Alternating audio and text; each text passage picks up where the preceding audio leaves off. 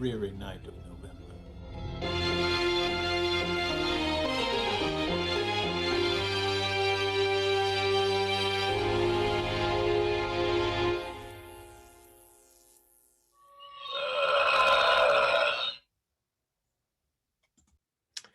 Welcome, Franken readers, to Sundays with Frankenstein. No youth could have passed more happily than mine. My parents were indulgent and my companions amiable. Such was our domestic circle from which care and pain seemed forever banished. My father directed our studies and my mother partook of our enjoyments. Neither of us possessed the slightest preeminence over the other. The voice of command was never heard amongst us, but mutual affection engaged us all to comply with and obey the slightest desire of each other. Amiable companions, this is episode 2 of Sundays with Frankenstein. I am Edward G. Pettit of the Rosenbach in Philadelphia, and joining me today are the Ghoul Guides, Dr. Lauren Nixon and Mary Going. Hi, Mary. Hi, how are you? I am great. And hi, Lauren. How are you? Hi, I'm good, thank you. I am so happy to have you back, as I know everybody is. The chat's probably filled with like screaming like, ah, Lauren, Mary, you're back. It is already. I see that. I am so happy to have you here. So that's great. Did you like the credit sequence, our new credits sequence this year? Yeah, it's absolutely fantastic. That was fun. It's brilliant. I love it. My daughter Sophie shot that, and she's downstairs watching, so that's good. She really loves it, and and Tucker's new song, which I think is great. Pleated Gazelle. Tucker Christine, as some of you know, was one of the co-hosts last year on Sundays with Dracula. He also did the music for it. He did the music for this. He records under Pleated Gazelle, and he is a fabulous musician, and I'm really happy with that new song. I got a new suit. I got 2 new suits. I had a suit on in that credit sequence. That was the tan tweed. This is the dark gray tweed. I think you can see the lines in it a little bit. It's really nice. So real comfortable. So, but I can't wear the jacket during the show. I guess that would be too bulky. So, although I'm thinking you guys coming from England, you're like, old guy in a tweed. No, thank you. Hey, the only reason I took a Gothic module when I started university was because the professor walked into the room in full tweed, and it was the first time I'd ever seen that. And I really? thought, I want to do that module. That's great. So, hey, you never know. Maybe one of these days, if I push the tweed suit enough, maybe I'll get a tweed sponsor, and we can all get tweed suits. So that would be great. We could have a uniform. Are you guys drinking anything today? No, I've got water. You just water today? Yeah, I just have tea. Oh, you have tea. You know, classic Brit. Well, we do have a cocktail sponsor for the show, and that's Art and the Age in Philadelphia. And today's drink, which we unveiled online a couple days ago, is called Youthful Bliss. And Andrew, who is our chat Igor, is going to put the recipe in the chat. If you're watching on Facebook, it's on the Sundays with Frankenstein Facebook group page, and this drink contains one of my favorite spirits from Tamworth Distilling, and that is Damson Plum Gin. This is so unbelievably delicious. It really, look how much is gone, and that's clearly not what was in this drink. So I was hitting it a little bit in the days leading up to this, because I really do love this gin. I've had it before, and I think it's really great. It was one of the ones I asked them, could we do, because I like it so much. But Damson Gin is, and you can buy lots of different kinds of damson gins, and they are made by infusing tart, sweet damson plums into gin. It's the lesser known cousin of sloe gin, but for Tamworth's version, they pair the damson plums with juniper, bitter orange, anise hyssop, and hops, and it creates this kind of tartly, sweet, herbaceous spirit, which sits at a very low proof. It's perfect for sipping. I kid you not when I tell you why I love this. Sometimes I just put some in a glass, stir an ice cube in it, and it's like a martini, you know, but it's just, I'm drinking straight gin. Really delicious. The Youthful Bliss is made, and it's called that because this is the chapter for that, right? Like, at least the first chapter, we've got some happiness amongst the Frankenstein family. at least briefly, one chapter, then the deaths start piling up. But it's this drink is 2 ounces of the damson plum gin, and it's 3 ounces of gin. Actually, what I do is it starts with cherries, and you can use fresh or frozen. They're not in season around here; they're kind of hard to get, so we just got frozen cherries. And we put about 4 or 6 in the glass. And we, believe it or not, we still have some time left in our backyard. It's actually snowing today. It's a good thing we went out and clipped it before it started snowing. It's the last herb left in the garden that there's still some leaves on. So we clipped some thyme, and I pulled the leaves off, muddled the cherries and the leaves in there, put in the gin. I think my recipe said 2 ounces. I used 3, and then ice, and then top it off with ginger ale. Ginger beer, ginger ale. If you get a real heavy, spicy ginger beer, I think it takes over the drink, and it doesn't leave the thyme come out as much. So I just use regular old, like, Canada Dry ginger ale. Just a regular old store brand is what I use. It's really tasty. I'm very happy I can drink this today. And I'm glad you guys are on the show, because I know you'll be talking a lot later, especially. And then at one point while you're talking, I'll be able to have time to make myself a second. So I didn't have that much time last time on the show. So, but you can, thanks to Art in the Age for their help in designing today's cocktail. You can buy these products at the Art in the Age website. Every week we'll post our new drink ahead of time, and if you'd like to drink the same thing I'm drinking, you can. They put a link at Art in the Age, and you can buy the ingredients right from them. But just in general, even if you don't buy those, I would ask you to support Art in the Age, and especially their products from Tamworth Distilling.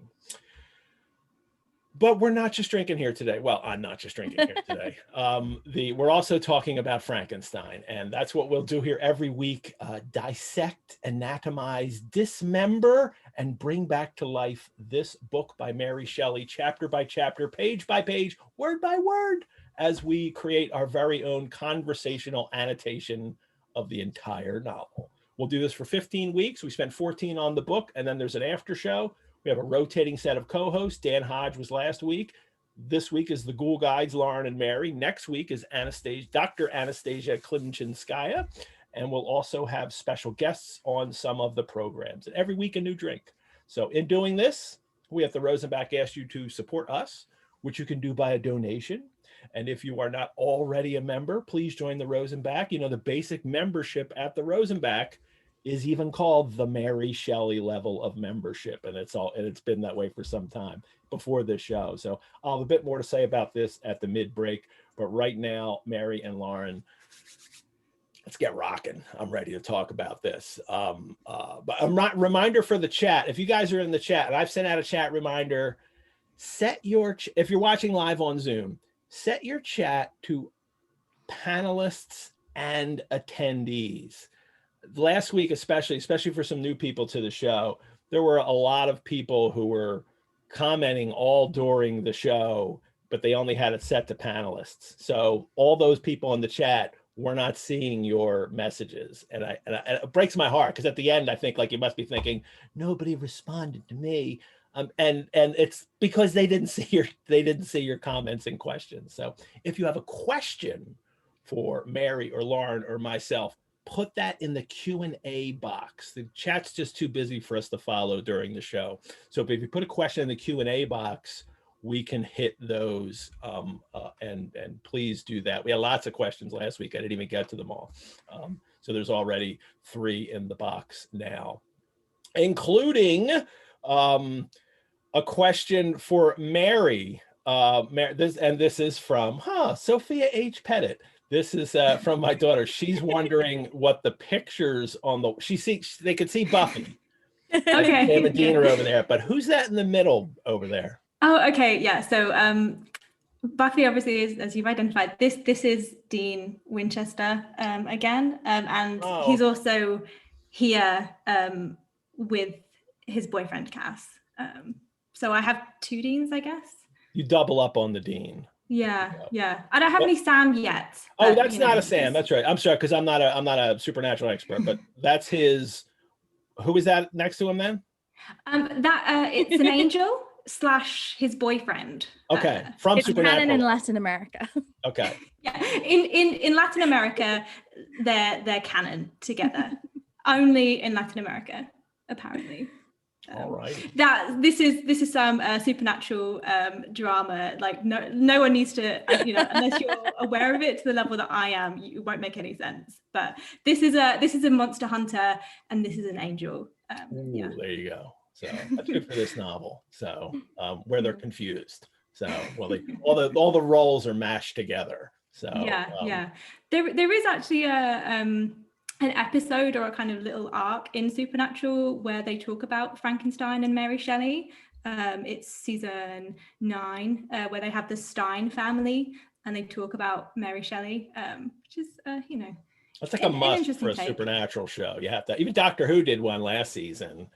They were at Villa yeah. There's an old Highlander episode where Byron is still alive. I think Byron is one of those people, and there's a whole episode with Byron, and they do all that stuff. There's a lot of Frankenstein, Villa Diodati references in it.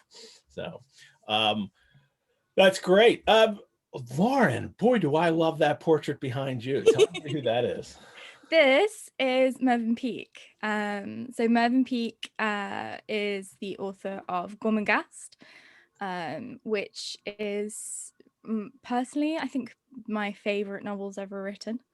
But I think doesn't get enough love. So I wrote my undergraduate thesis on Gormenghast, and it's really the series that got me kind of into the Gothic. They're these beautiful, lush, strange, weird novels, very much inspired by Peake's time as a war artist. But he's a really fascinating writer because, as you can see, he was also an artist, and he was actually artist in residence on a small island for a number of years.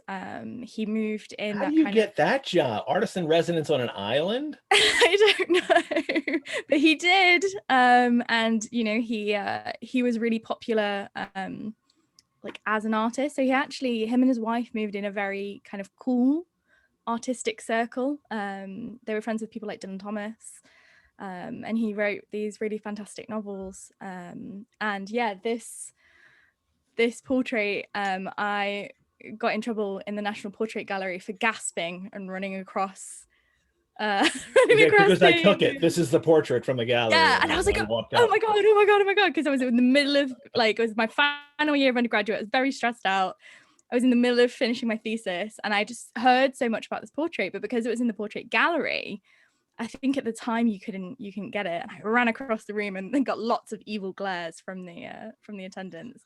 So when I left my job in Bath at the Jane Austen Centre, they bought me this canvas, and it's followed me around ever since. And I just love it. So usually I am sitting the other way, and he's next to my screen. So he very much. Yeah, you used to watch him when you did these. He watches me while I work. He's turning things around. Now he's watching us. Yeah, I just started reading Titus Groan, the first Gormenghast book last month, and so fantastic. I can only get to it slowly because there's so much else to read, especially for Frankenstein. So let us get started with this chapter, which begins. We've had the letters. Last week we did the letters, in which Victor was picked up by Robert Walton up in the Arctic Ocean. And then he's begun to tell his story, and this is where we get the beginning of the story. However, for like a very first time reader of this, Victor's name hasn't even been given yet, let alone Frankenstein. And I just wonder, with first readers of this novel, if, especially back, in 1818, like, do they recognize what's going on here at all? Do they even connect the Frankenstein in the title with the narrator here of this story, who's been picked up by Walton? But he starts with, I am by birth a Genovese. So from Geneva, right? Republic at the time, especially. This is like late 18. The novel doesn't give us a specific date. It's just 17 something. Is that what it says? Yeah. So he does say about this being the 18th century and it being odd to find a lover of, I think it's Magnus or Agrippa, I can't remember what he says, but there is a direct mention of the century. And I think we can safely assume that it is pre-revolution. Yeah. It seems 1790s, but or 80s. I've seen varying things. Yeah. Mary didn't bother to work out the anachronisms. She just has things in there, but it's roughly late 18th century. But it's important, I think, that Geneva mentioned right away. First of all, that's where they are when he comes up with this story. She's, there's, that outside of Lake Geneva. But that fits in well with the novel too. The whole Geneva being a republic. It's not Genovia for any Princess Diaries fans out there, right? Princess Diaries, yeah, that's Genovia. Yeah, Genovia. I think that was the note that my daughter wrote in her book next to it when she saw Genovese, that maybe he was from Genovia. French speaking, and I think we can assume that Victor's first language is French.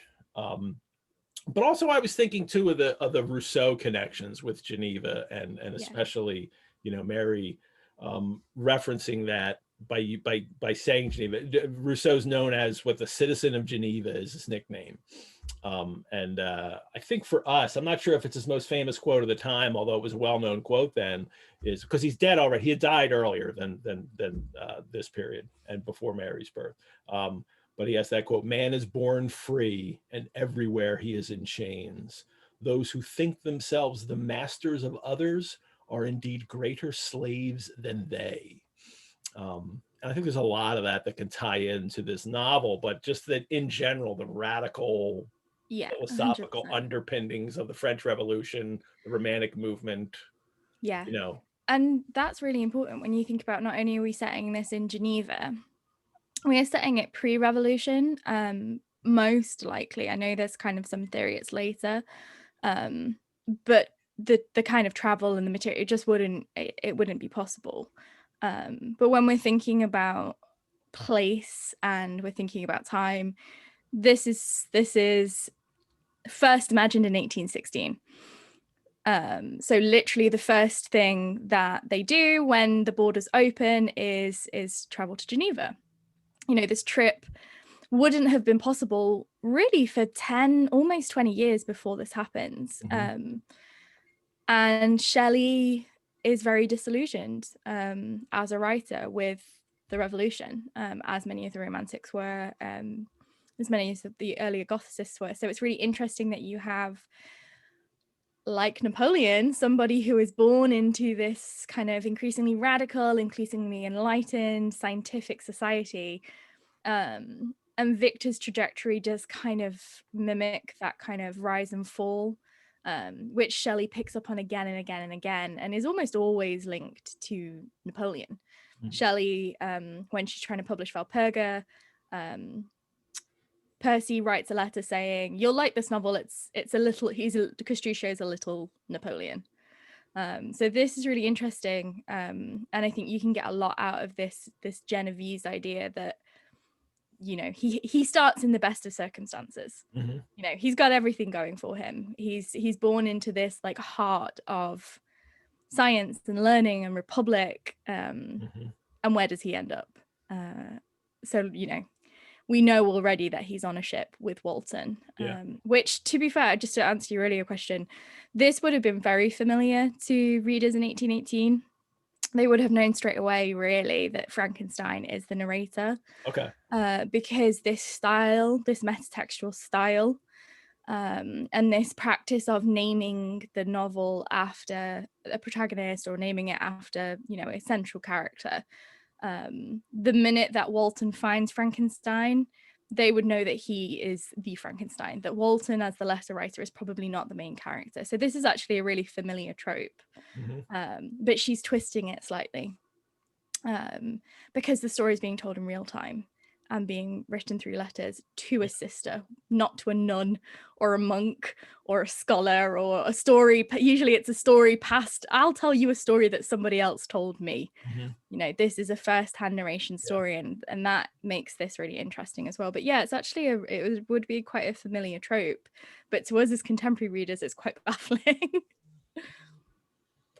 I think I'll get. I especially wanted to throw the Rousseau in there today with just only with the connection with Geneva, because I think later when we talk about education in this novel and these kind of systems, Rousseau's kind of going to make more appearances. At least his ideas will make appearances. And Mary Shelley's reading him at the time. She's reading all of his works from 1815, 16, 17. So before and during the time that she's writing this novel, she's reading Rousseau along with Percy. So and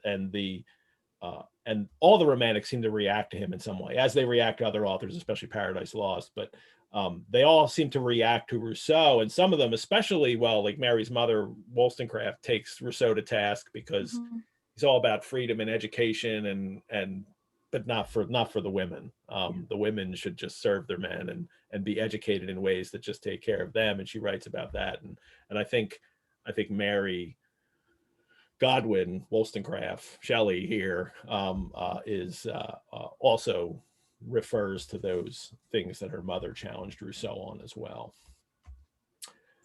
The and the father, right away, he's talking about his ancestor and his father's ruling class here. What is he? He's a syndic, or as his family has been, and his father has, had these kind of, positions too. So that's what we're set up with here. I almost want to say it's a little fairy tale like, but there's going to be other things that get into that, especially when we see the changes made in the 1831 edition soon. And then I think what we'll do is we're going to work through this 1818 edition here, and then after we get the whole story of Elizabeth, then we're going to start taking a look at the changes that were made in the 31. But we'll get through this a little bit first. Because this is a chapter that she really does rewrite later on for the 1831 edition. So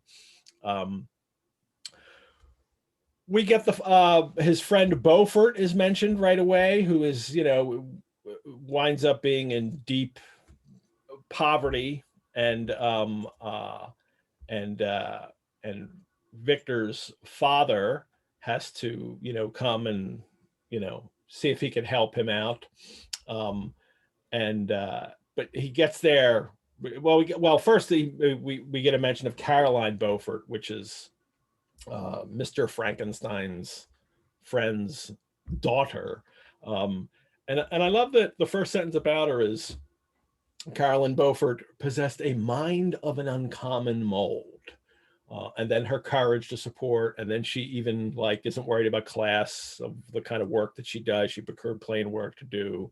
But I like that Mary starts her with the mind of an uncommon mold. And I have a question here for you two that I don't know if it necessarily, it has things to do with this whole novel. This is a question from one of our, from Adam, who's one of our frequent. Adam always had a question for every chapter in Dracula, and he does for this too. And it's a good question, and I think it's something that's worth considering the whole time. But he specifically asked me to put it to you guys. That's why I am asking you now. And I think let's throw this question out there now. And it is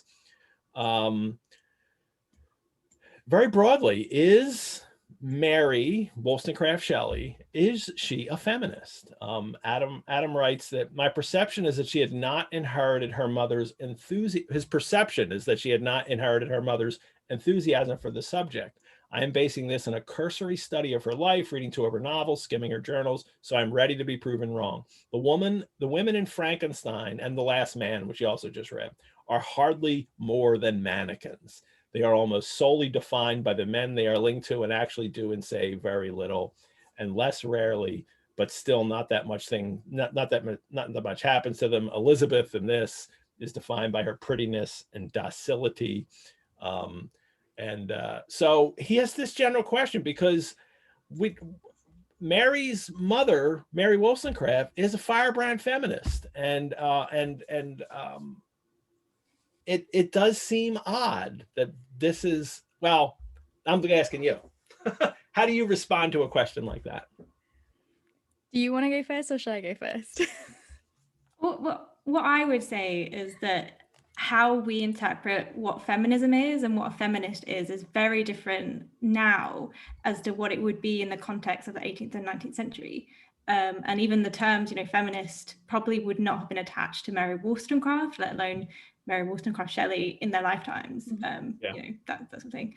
I think this Mary Shelley, is WS. Yeah, WS. Mary Shelley is interesting to consider in that kind of way. And I think that in this novel, especially, gender is doing something really interesting, and you can read a lot of the characters, and especially when we talk about like creation and family and responsibility and those kinds of things. Yes, she's creating these characters, but I think she's also critiquing specifically the men in the novel, I think, well, specifically Victor. But I think you know, can we describe her as a feminist based on this novel or based on like all of her works? I think it's complicated. But though, you know, she was, I mean, she, after P.B. Shelley died, she went on and she wrote loads of novels, and she made sure that his work survived. The reason that we know as much about P.B. Shelley as we do is because she made sure of it. And that's a really important thing for a woman to do. And she basically was the caretaker for his reputation as well as her own works. So again, it's that, how do you define what feminism is? And is it a practice in the way that you live your life, or is it how you write your text, or is it a mix of both? But I'm sure that I can see like Lauren thinking this through in her head. Lauren will probably have lots of thoughts about this as well, in terms of, yeah. Yeah. So when we say, you know, is anybody feminist pre the conception of feminism as a theory, it's incredibly complicated, because we are talking about something that fundamentally doesn't exist. Can we read Shelley's text through a feminist lens? Yes, 110%. Can we read Shelley as a gender advocate? Yes, 100%. Would she have been a feminist today? I strongly think so. But what Shelley is really interested in, particularly at this point in time, is the concept of humanity. And like Mary says, this concept of creation. And in some ways, I would say that you read a lot in the lack. Think of something like Poe, and think of something like Berenice. What is being represented to us about women in the absence of women? You know, women at this point in time, particularly, and yes, this is much earlier than Poe, but they don't always have to be present for us to be reading something about the author's perspective. And there's a lot to say here, and I think we'll dig into this later on. But in terms of talking about Shelley in general, I must direct everybody to Valperga. Valperga is Shelley's 1823 novel. It is about a 13th century banditti called Castruccio. Very famous. Shelley did intense research. She and Claire took they went on this tour, and Percy was with them, but they often went off on their own, and they did so much research. But that novel is very much about how war encroaches on space and on people. And in that novel, you have these two female characters, both of whom suffer tragic fates. And what's really fascinating about that is that in this historical novel, Shelley creates these two women. They don't exist, they're not real, they are her like fabrication. But she gives them this agency, and she makes them crucial to the story. And when at the end of the novel Euthanasia dies, and her name is Euthanasia, great name, the novel ends. And Shelley essentially says, now that Euthanasia is gone, this story is over. I have no interest in how Castruccio ends. I'm not interested in the next 5, 10, however many years of its life. She basically says, yeah, he did some more warring. He basically killed himself. Who cares? Because this woman is dead. This amazing, beautiful woman. And Euthanasia is her own agency. She has her own castle. She is in charge of her own domain. She has her own people. And she basically presides over this amazing republic that cannot withstand Castruccio's hyper-masculine war making. and it's destroyed. And the implication is that she's erased from history because she's a woman, and because she's erased by, you know, war is remembered by the people who make war. And at this point in time, women don't make war. So she very much forces this female aspect onto something that's very much being discussed. By 1823, we're having a lot of revisionist takes on the Napoleonic Wars. We're getting to things like Vanity Fair, where we're starting to look back at the period with not necessarily nostalgia, but we're starting to imagine it, we're starting to fictionalize it. And she kind of turns around and says, no, I'm going to take us back even further. I'm talking about this war, but actually I'm going to force you to remember that women exist and that women have a very important place. And where do those women go? What happens to those women? Why are they being erased from history? And I feel like you're starting to get the beginnings of this here with Elizabeth and with Justine. Yeah. And with the creature's desire for a female mate. So yes, I guess is my answer, if we're going to make it really simple. Yes, she is a feminist. But be careful about the way that you use that term and think about it, and think about what she's reacting to. I mean, I think she, you know, is very much, you know, trying to further the, you know, agenda, for lack of a better term, of her mother, and in her works, and there's always little notes and things you can find in her works, or little allusions that she's doing that. But in this novel especially, I also think that her concentration on these male characters and making them the center of everything here is also an indictment of the way, especially these romantic writers like Percy and Byron, the way they approach art, the way they approach creation. And so the fact that Elizabeth as a character is kind of, you know, shunted up, we'll see the language, you know, Victor uses for her later, is part of her saying that this isn't the way things should be, in a sense, or at least thinking that the readers should probably notice this. Yes, 100%. I think it's really damning. Never noticed that this was going on in the novel. So yeah, I think it's super damning. I mean, full confession, Mary and I are not the biggest fans of Victor. Anyone? I think I'm gonna have to take up the, you know, the Victor standard, if only to balance it as this goes on. It hasn't happened yet, but I'm afraid that might happen. And not that I'm a fan of Victor, but I think I'm gonna wind up having to do that at some point, because I think it's so easy to pile on him as this novel continues. So yeah, she's definitely, you know, I would say at this point in time, particularly when women are writing, pay attention to what's missing.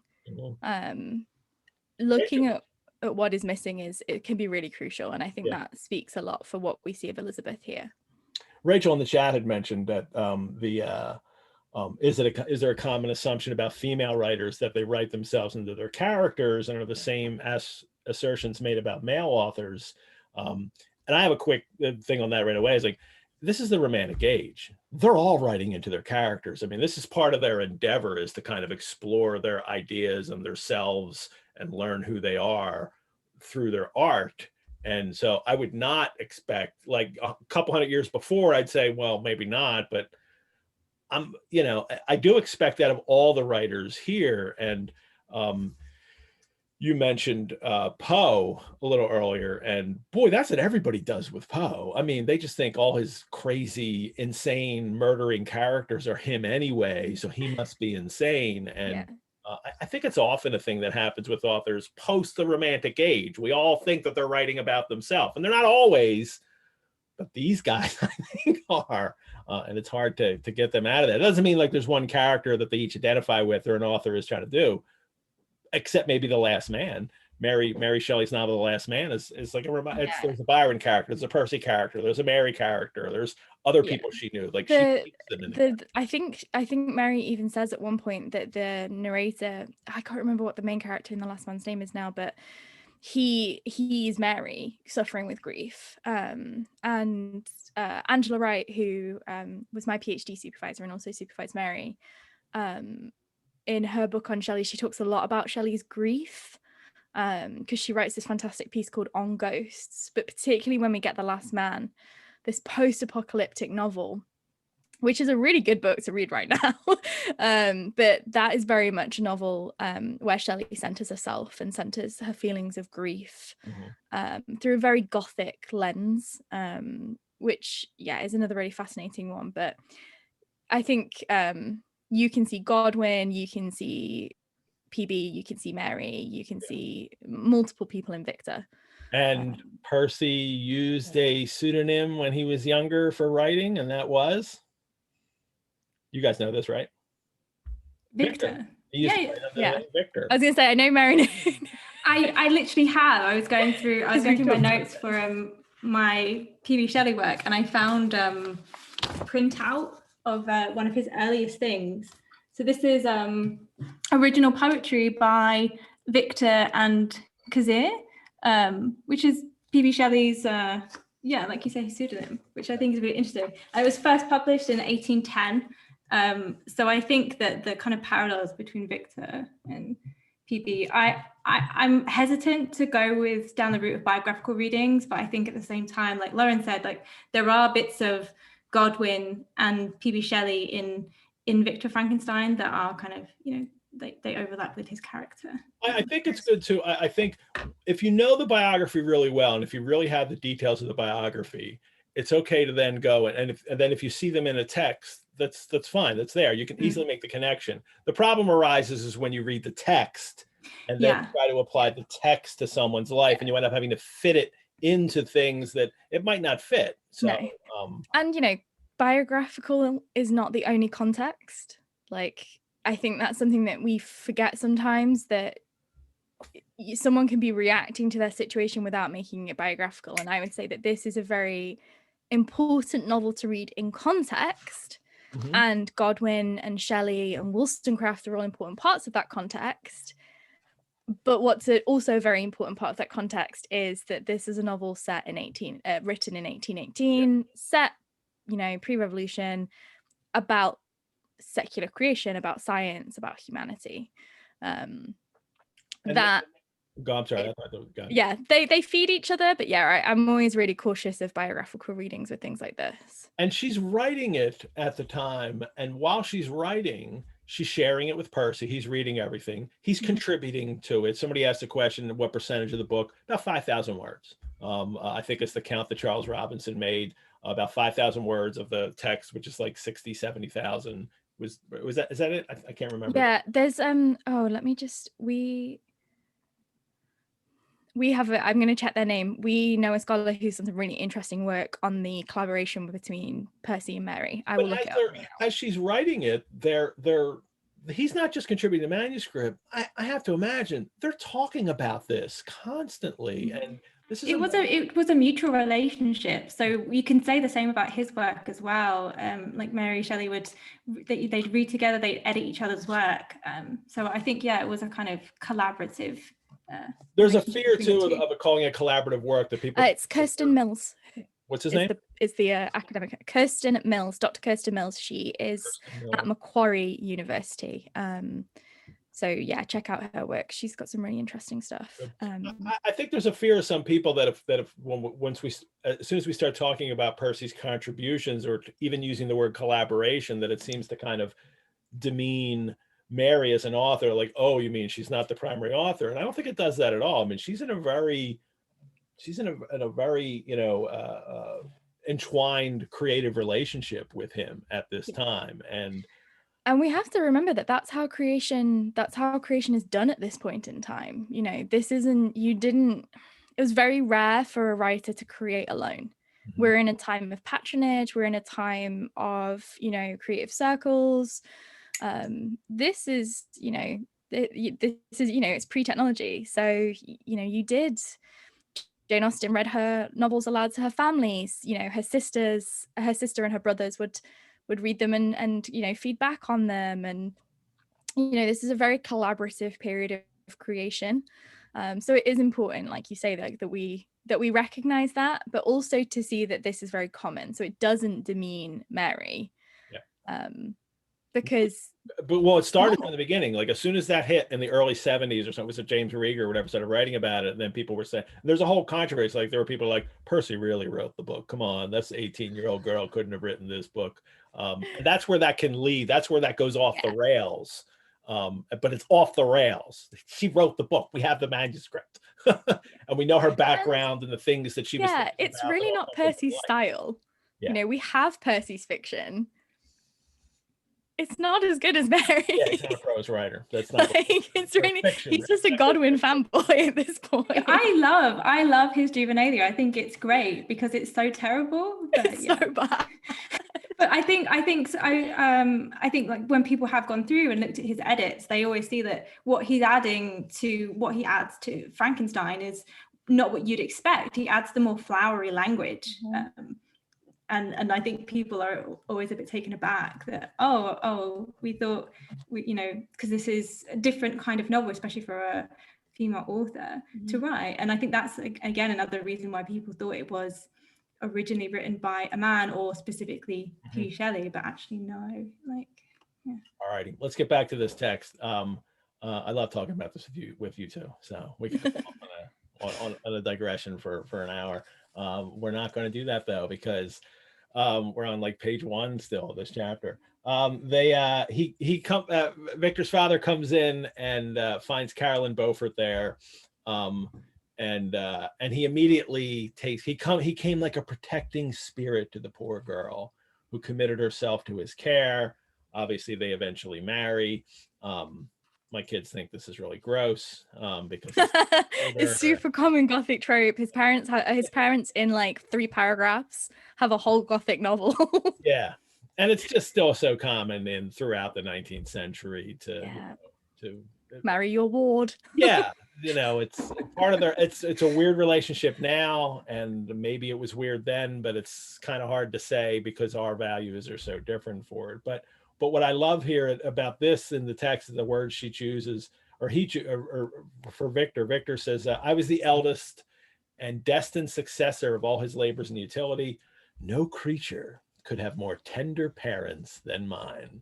And for those reading Frankenstein for the 100th time, every time you come across creature, it's ringing bells in your head that this is,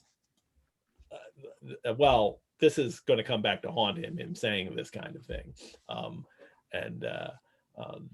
We'll wind up revisiting this over and over again. Mary, I know you're very interested in terms that this creature is going to be called later.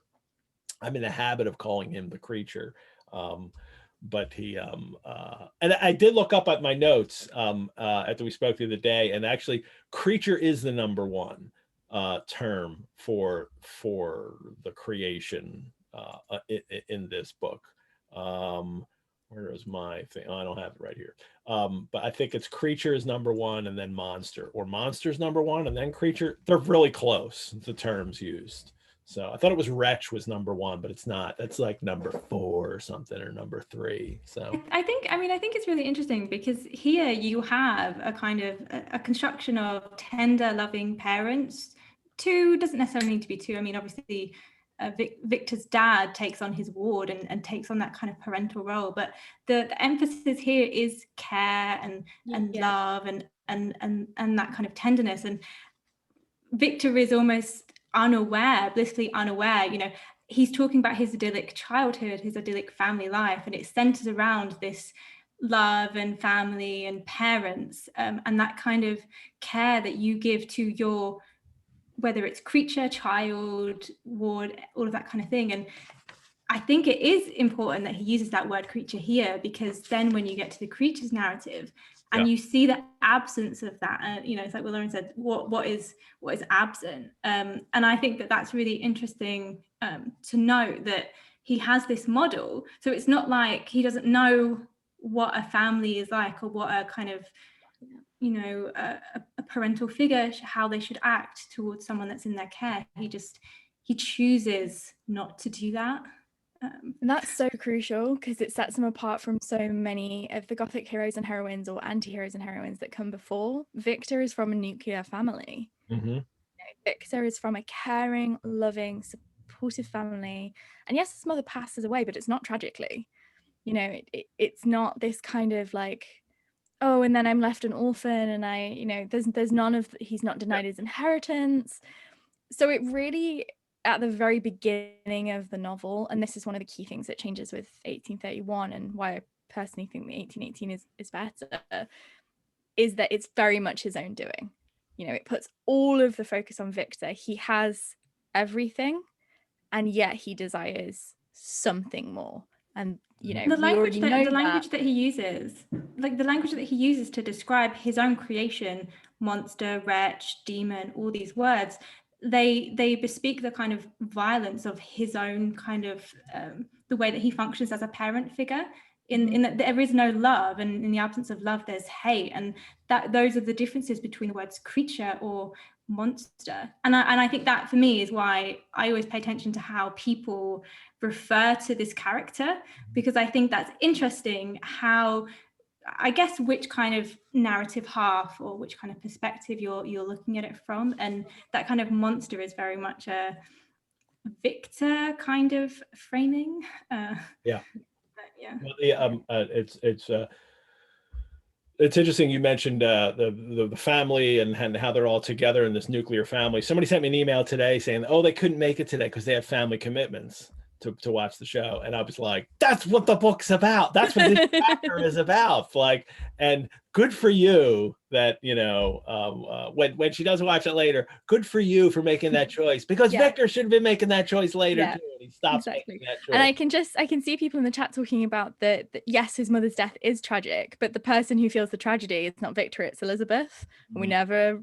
We never really get to see that. And I think that's very intentional by Shelley. You know, there's another version of this novel that is a classic Gothic novel where this poor orphaned girl loses her maternal protector and Victor just glosses over it. Before we get to that, especially because, like, who is Elizabeth? And somebody had a question in the chat in the Q&A too, like, if her edition doesn't say 1818, should you assume that it's 1831? Well, here's the thing. Go to chapter 1 and check. If Elizabeth is Victor's cousin, then it's 1818. And if she's a poor orphan Italian girl that they've adopted, then it's 1831.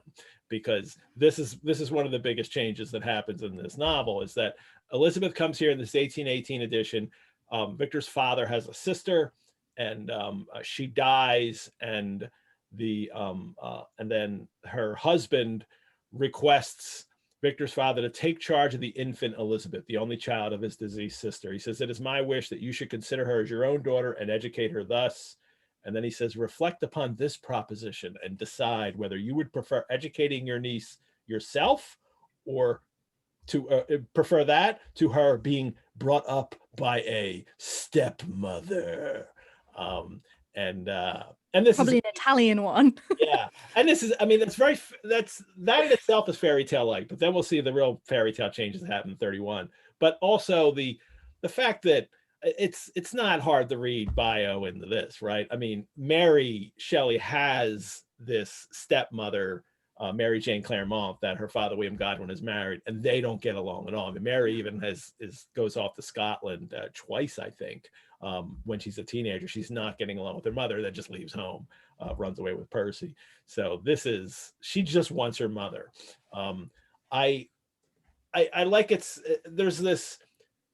there almost seems to be a wish in this 1818 story about Elizabeth that she's kind of conflating, like, yes, she really loves the way that her father William Godwin educated her and let her have this kind of education and encourage that, and she wants that for her character, but she doesn't want the stepmother. So they're kind of conflated here. Like, it's not like the actual father would have been a good educator, but the stepfather is okay in a sense, the uncle who will take care of her. But the 1831 changes are, where do I have those? I was going to share these documents, but I think that's just too much to share. I think instead what I will do is just talk about them. In the 1831 edition, there is, well, actually, there's a lot more about, and she expands this whole episode a lot. And what it is for the 1831, not only does she give Elizabeth a different background, but she goes more into there was a considerable difference between the ages of my parents, but this circumstance seemed to unite them only closer in bonds of devoted affection. Like, she goes more into that age difference and wants to bring these parents, she wants to create a rosier picture of these parents and how happy they were together. And then she has this line, a sense of justice in my father's upright mind, which rendered it necessary that he should approve highly to love strongly. And is that like a little dig? Like, I just ran away with this guy and you weren't happy with that. Like, shouldn't you be supporting me loving strongly? There's a lot of moments where I think you can find maybe little digs in her life. Somebody asked last week, because it's dedicated to William Godwin, and somebody was like, is that a burn?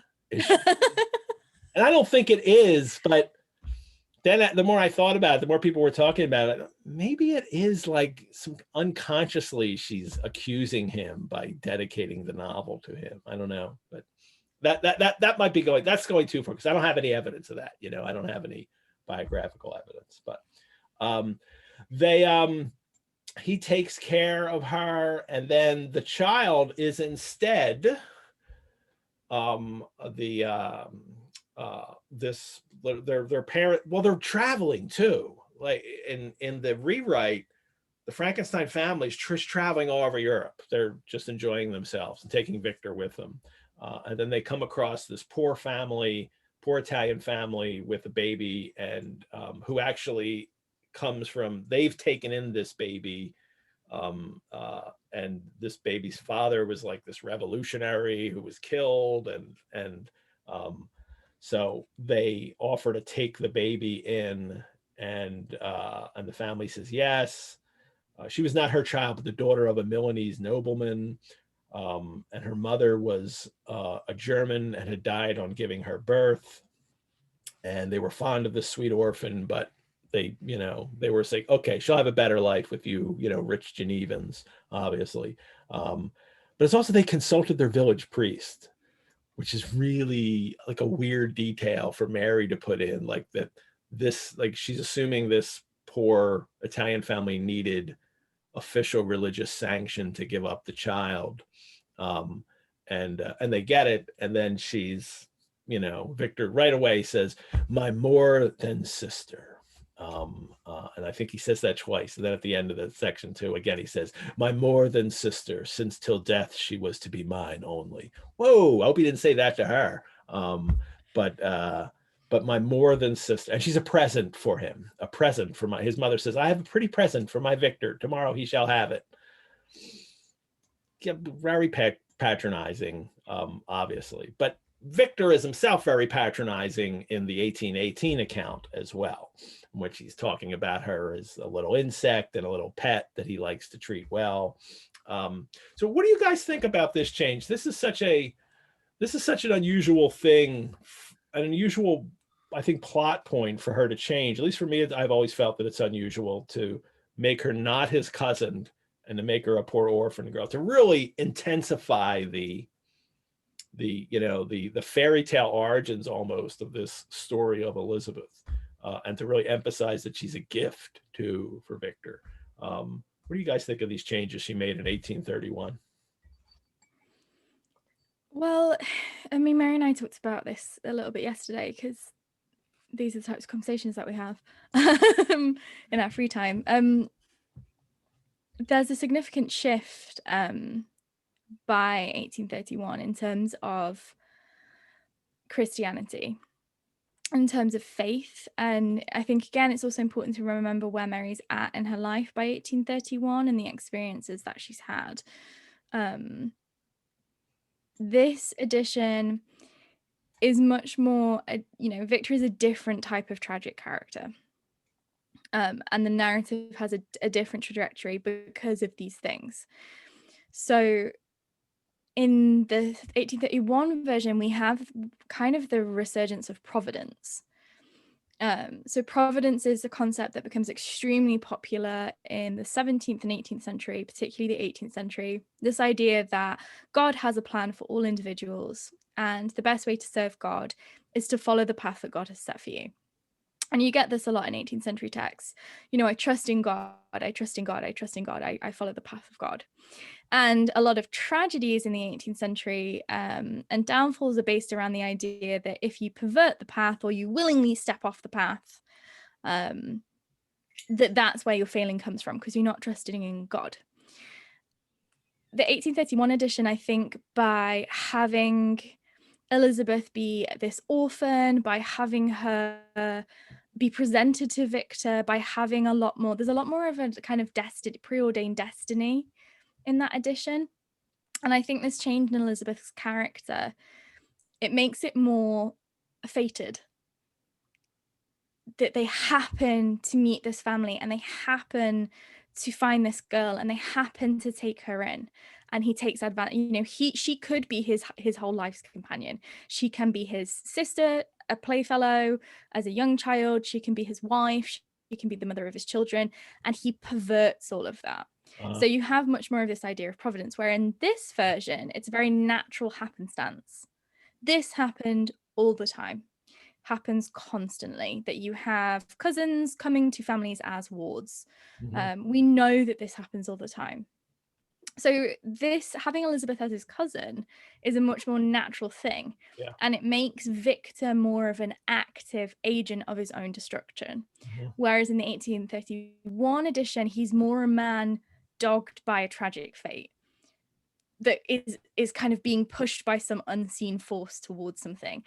His treatment and rejection and neglect of Elizabeth in this text is a lot more intentional by unintention, essentially.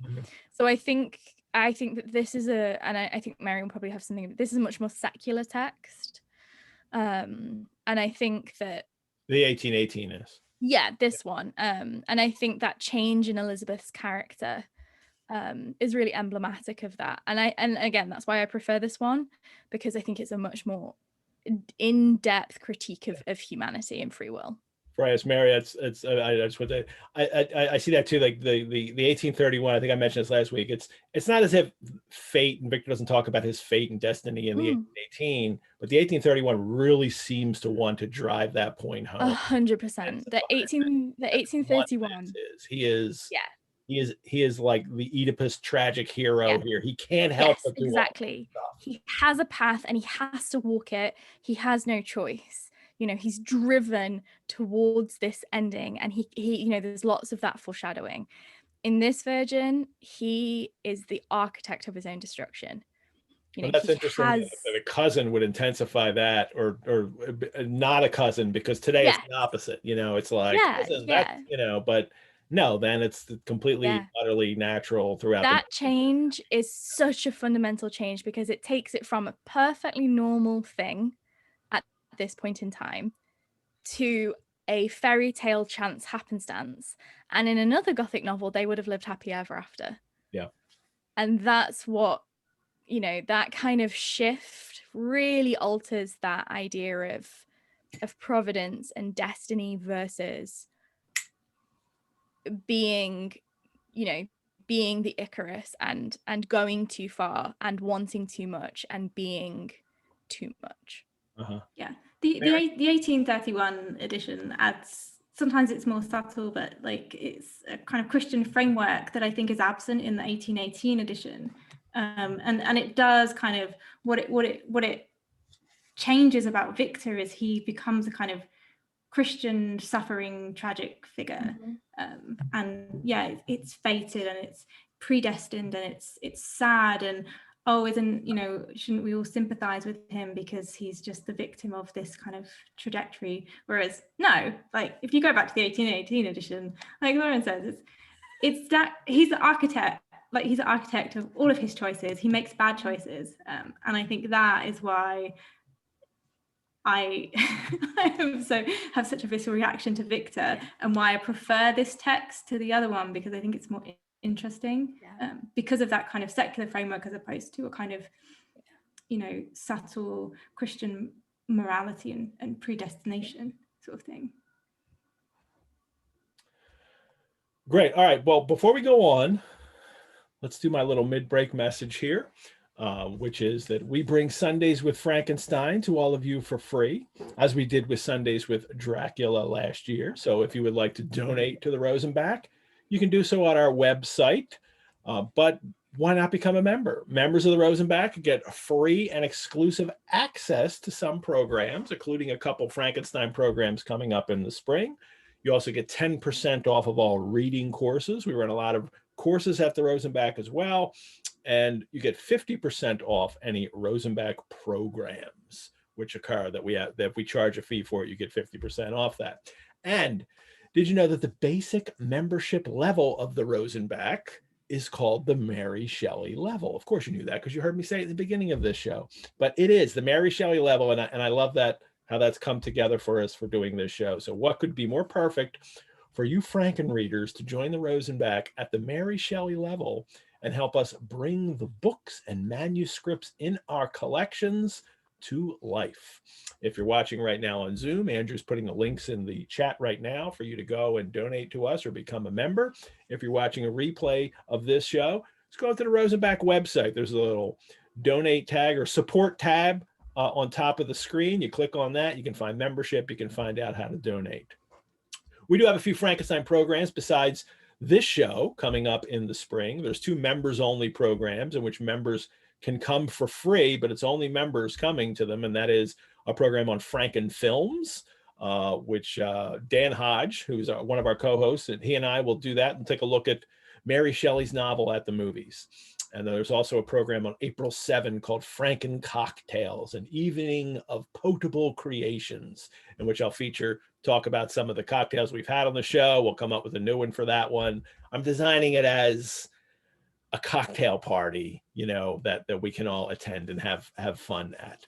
And then there's a couple paid programs, but members get 50% off. And one of them is David Gustin, who was the editor of this, one of the editors of this Frankenstein that is annotated for scientists, inventors, and engineers and creators. Is that what it is? Annotated for scientists, engineers, and creators of all kinds. I saw somebody mention that it was 1831 text. This is absolutely the 1818 text. I'm certain of that because Elizabeth is not his, is his cousin still in this one. David's going to give a talk on called Frankenstein, Mary Shelley, Victor Frankenstein, and the Creature in the Contemporary World. And then on April 21st, we have a dramatic program called Mary Shelley and Her Creation, in which actor Jennifer Summerfield will perform her one-person show on Mary Shelley that she did at the Rosenbach a couple years ago. And then we're going to attach that to Josh Hitchens, his one-man performance of Frankenstein. So that'll be a great night on April 21st. So much Franken goodness for you all to enjoy this winter and into the spring. Go to the Rosenbach website to sign up for those programs. And as soon as I announced it last week, they already people were starting to register for them. So that is really great. Back to the book. So we've had these changes about them, and then in the 1818 text again, the one we're using, Elizabeth becomes his playfellow. She's docile and good-tempered. These are some of the things that annoyed Adam, and it annoys me too, but that's the character, and I've got to, I can't impose my will on these characters. That's what the author does. But it is troubling. She was gay and playful as a summer insect. She's got this, no one could submit with more grace than she did to constraint and caprice. I don't know. I almost see Mary smiling as she's writing that's hilarious to her that she's writing this character this way. And Victor loves to tend on her as I should on a favorite animal. It's very patronizing and not the way, I think not the way we wish she was, but that's neither here nor there. That's what this book is. And And there's this, I love this line though. I delighted in investigating the facts relative to the actual world. She busied herself in following the aerial creations of the poets. The world was to me a secret which I desired to discover, and to her it was a vacancy which she sought to people with imaginations of her own. I love that difference that is being placed there for these two characters and how they relate to the world. And what's fascinating though is because we know the difference between Percy and Mary's handwriting, and Charles Robinson has gone through all this, and you can get this original Frankenstein edition, that the sometimes those lines are Percy's and not Mary's, although that is not, oh no, that's not this line, that's coming up. No, that's it. Yeah, that's actually Percy right there at the end. Percy adds about, that he delights in investigating facts, and she's busy with the aerial creation of the poets. The world to me was a secret which I desired to discover. To her it was a vacancy. Almost as if like I can read that and think like that's Percy's take on these two characters. Now Mary, of course, that's fine. That's what she puts in the novel. She's making the choice to what she includes, but that comes from Percy, I find to be interesting. Do you? Yeah, I mean, the thing that I always take from that is this is why STEM students should be made to study the humanities. Because I just feel like Victor wouldn't have been, that's all about this edition, that's what wouldn't have been as bad if he'd done a little bit more art and literature. But yeah, it is interesting because it's kind of reversing the dynamic in terms of gender. What we're saying here is like Elizabeth is into like poetry and art, but what's also interesting is that Victor is like, I want to know the secrets of the world and I want power, and Elizabeth is actually like, well, I have power because I will fill the world with my creation through my imagination. Like I can bring things into the world as I want them to, and Victor just kind of completely seems to miss that point. They're both really about the same thing, and he seems to see them as kind of diametric opposites, and that's really not the case. If you think about what's actually being said here, it's still about creation, but what he's saying is I'm above, and you get this when we get to his education. Well, this isn't a good enough for me, I'm going to go above, I'm going to choose my own curriculum. Whereas Elizabeth is very aware of how you learn to create. What he's implying here is that she reads, and by reading, she's then able to create. So she's, having this very Rousseauian kind of learning by watching. It's a very sentimental education. This is how sensibility was supposed to be formed. So it's a very fascinating addition, both in terms of it being Percy who comes up with it and not Mary, but also in terms of the difference in their characters, or the lack of difference. Yeah, it's the difference between STEM and STEAM, and I think that STEM subjects lack the arts and humanities, like you say. And I think it's interesting if you go like the next paragraph where they talk about Henry,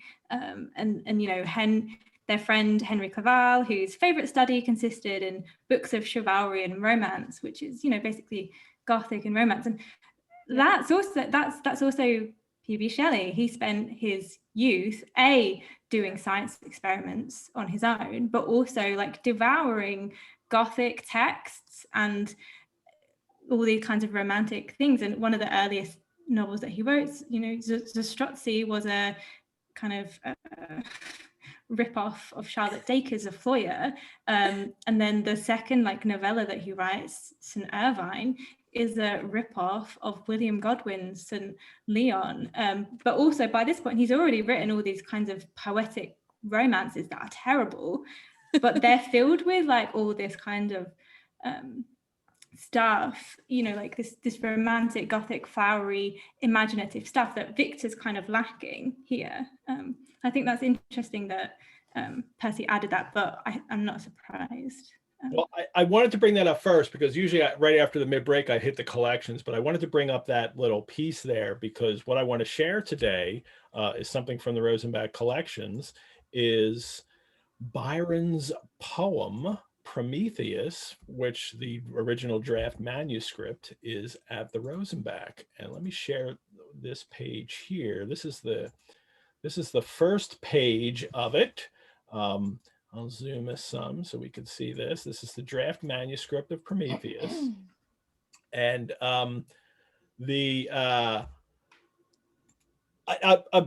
you guys know this, and I've told this story to people before. This was so exciting for me coming to work at the Rosenbach because this was one of my favorite poems in college, as you know, and also what I didn't know at the time as a very male romantic literature fan, and how this was the stuff that really appealed to me.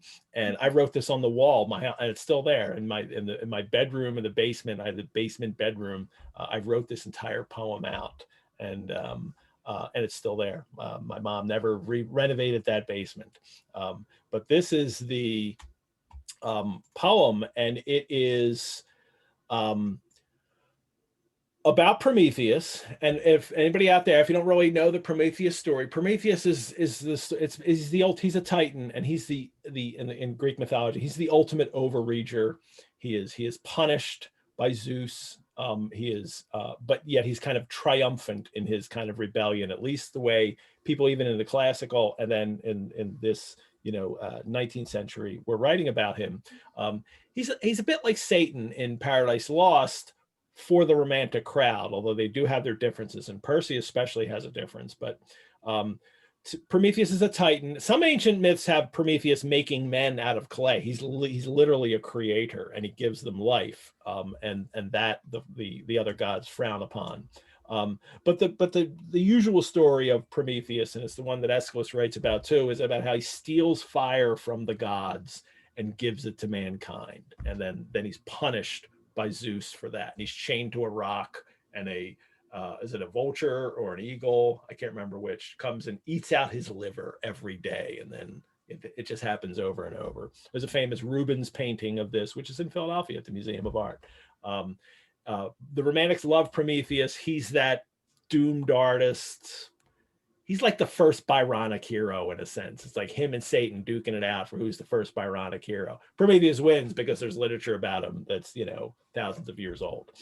And Paradise Lost isn't as old as that. Percy will soon be writing his play, Prometheus Unbound. In 1818, he really is busy writing it just after Frankenstein's published, but he's kind of thinking about it now. And Percy's play, Prometheus Unbound, is an answer to the lost Aeschylus play. Aeschylus wrote a play called Prometheus Bound, and then he wrote Prometheus Unbound, and probably in the third one, Prometheus the Firebringer, but we only have Prometheus Bound. So Percy says, I'm going to write the sequel to that. And Mary and Percy are reading Aeschylus in Greek in 1817 while she's writing Frankenstein. So there's strong connections with it there. Byron is also clearly, in love with this idea of this doomed god Titan who is cursed, and for bringing fire to mankind, for bringing mankind inspiration, intellect, creativity, for granting that to humans, and the gods don't want him to do that.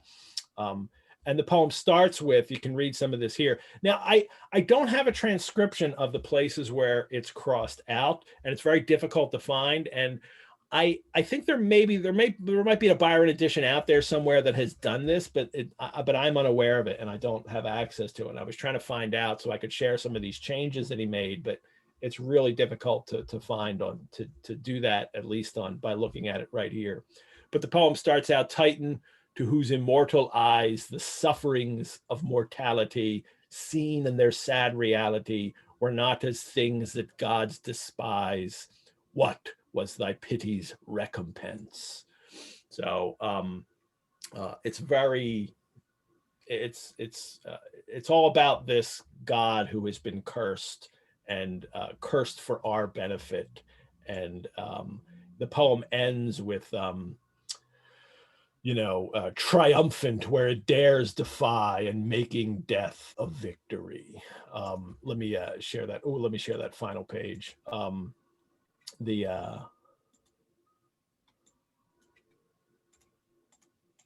Here's the final page and the final, lines of that poem, which he kind of went over a couple times here. He had a different stanza here, which I can't quite make out, but he's, he still has, it's this, death a victory, making death a victory. He still has that here, triumphant, where it does defy and making death a victory.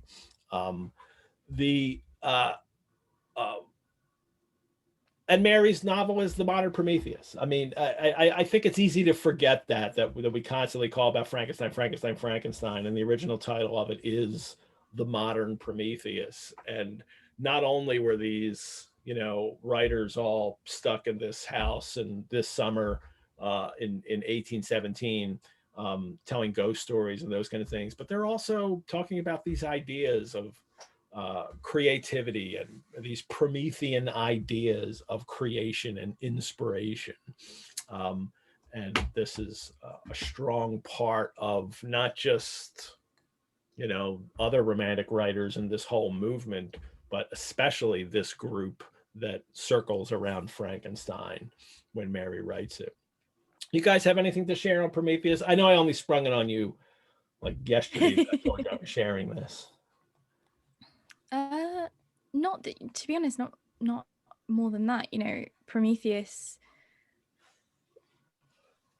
becomes a really interesting figure in, again, I know I always say this, but in the post-Napoleonic, we're in post-war, we're talking about a period of time where we've had so many advancements, but what cost did those advancements come from? Well, they came from war. There's so much death, so much destruction, lands are literally ruined, but you have massive scientific and cultural advancement.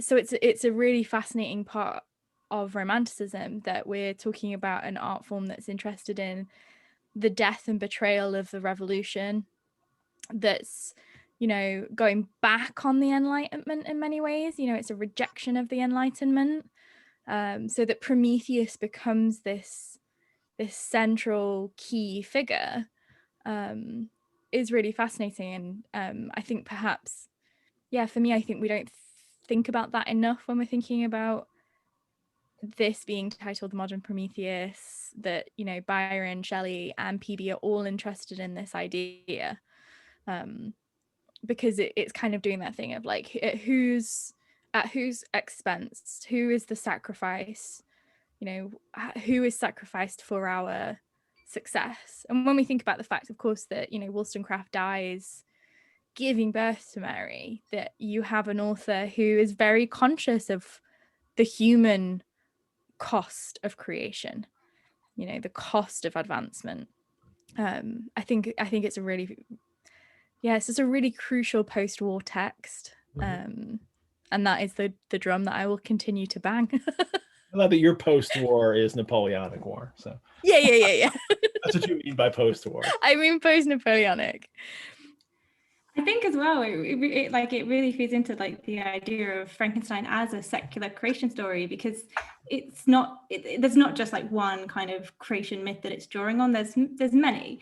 Obviously, you have the traditional Christian story, the Fall narrative, and Paradise Lost, but you also have Prometheus and this kind of Greco-Roman myth and the idea of consequences and morality and ethics, and then also like another tradition. I don't have Facebook, but Lauren showed me a comment that someone left about golems, and I think that is another way that you can look at this. Oh, okay, cool. Yeah, that was a really great question, because yes, you can absolutely read Frankenstein as a golem text as well, and I think that's what's so interesting when you look at a text like Frankenstein from these multiple perspectives as a secular creation story. There's so many different threads that you can pull, and I find them really fascinating. Yeah. Thank you. That was good. Me mixing another drink time.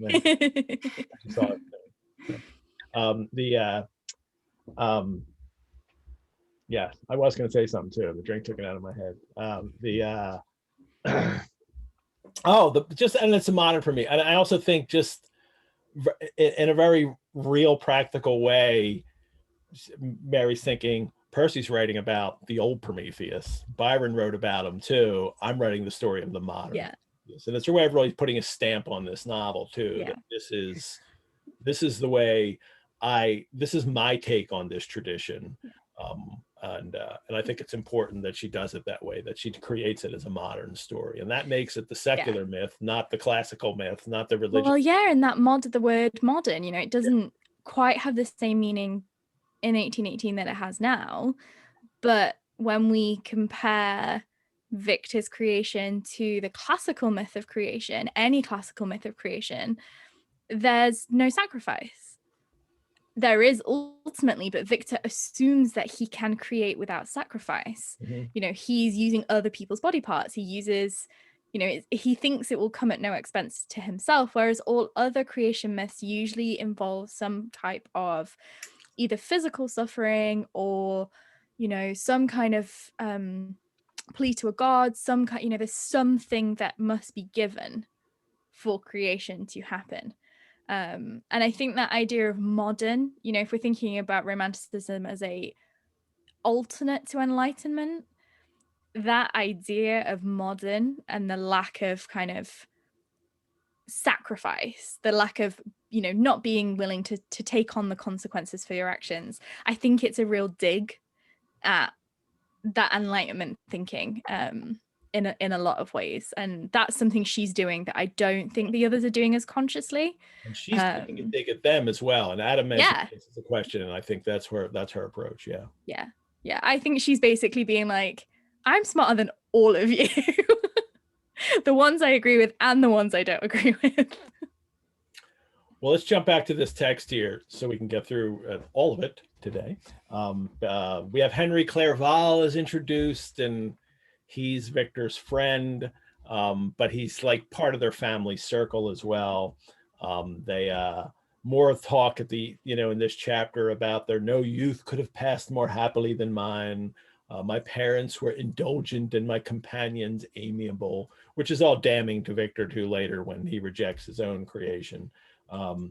The way that they learn languages, and they learn in ways that are very supportive.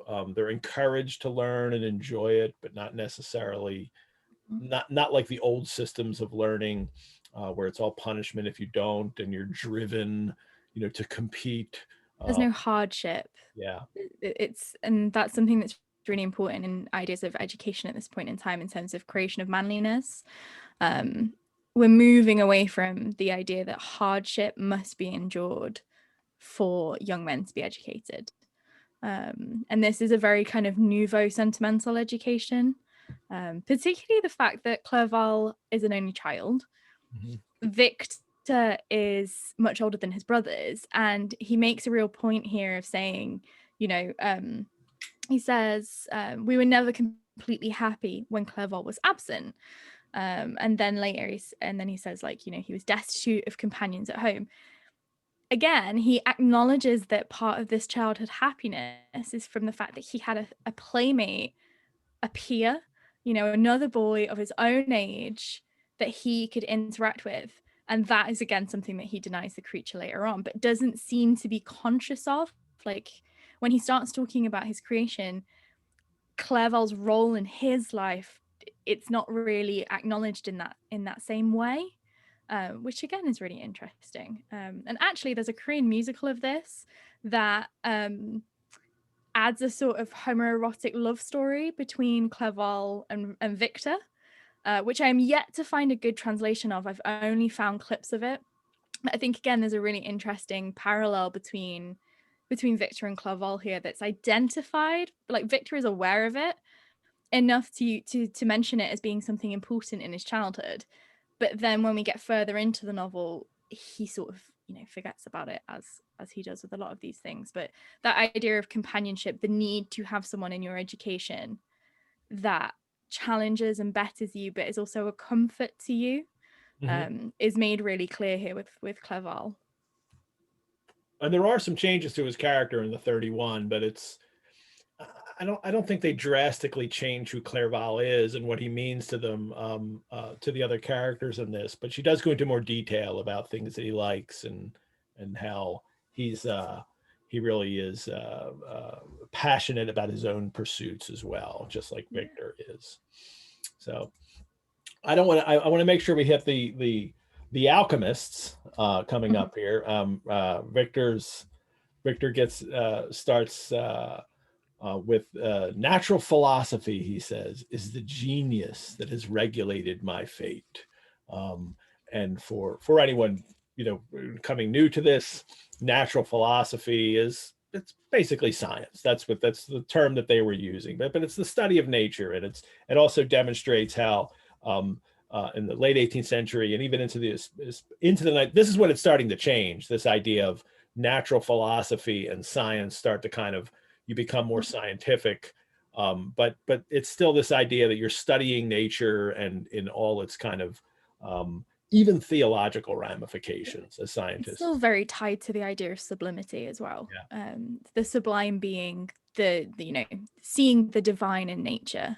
So natural philosophy is still, it's still not fully secularized. We're talking about the concept of sublimity still being very present in science. Well, Victor will encounter this at school, and this is maybe Yes. for next week, and that, you know, we're starting to see science become, you know, these kind of narrow pursuits, chemistry and different kind of subject areas, and that becomes then what scientists do, and not this overarching, you know, idea of natural philosophy. But he also calls it the genius of his that has regulated his fate. And I just want people to remember too, the genius is used in this different sense. And now we only use genius to mean like this kind of qualitative term for intellectual or creative brilliance, that you're a genius, meaning you're super smart and you're super talented.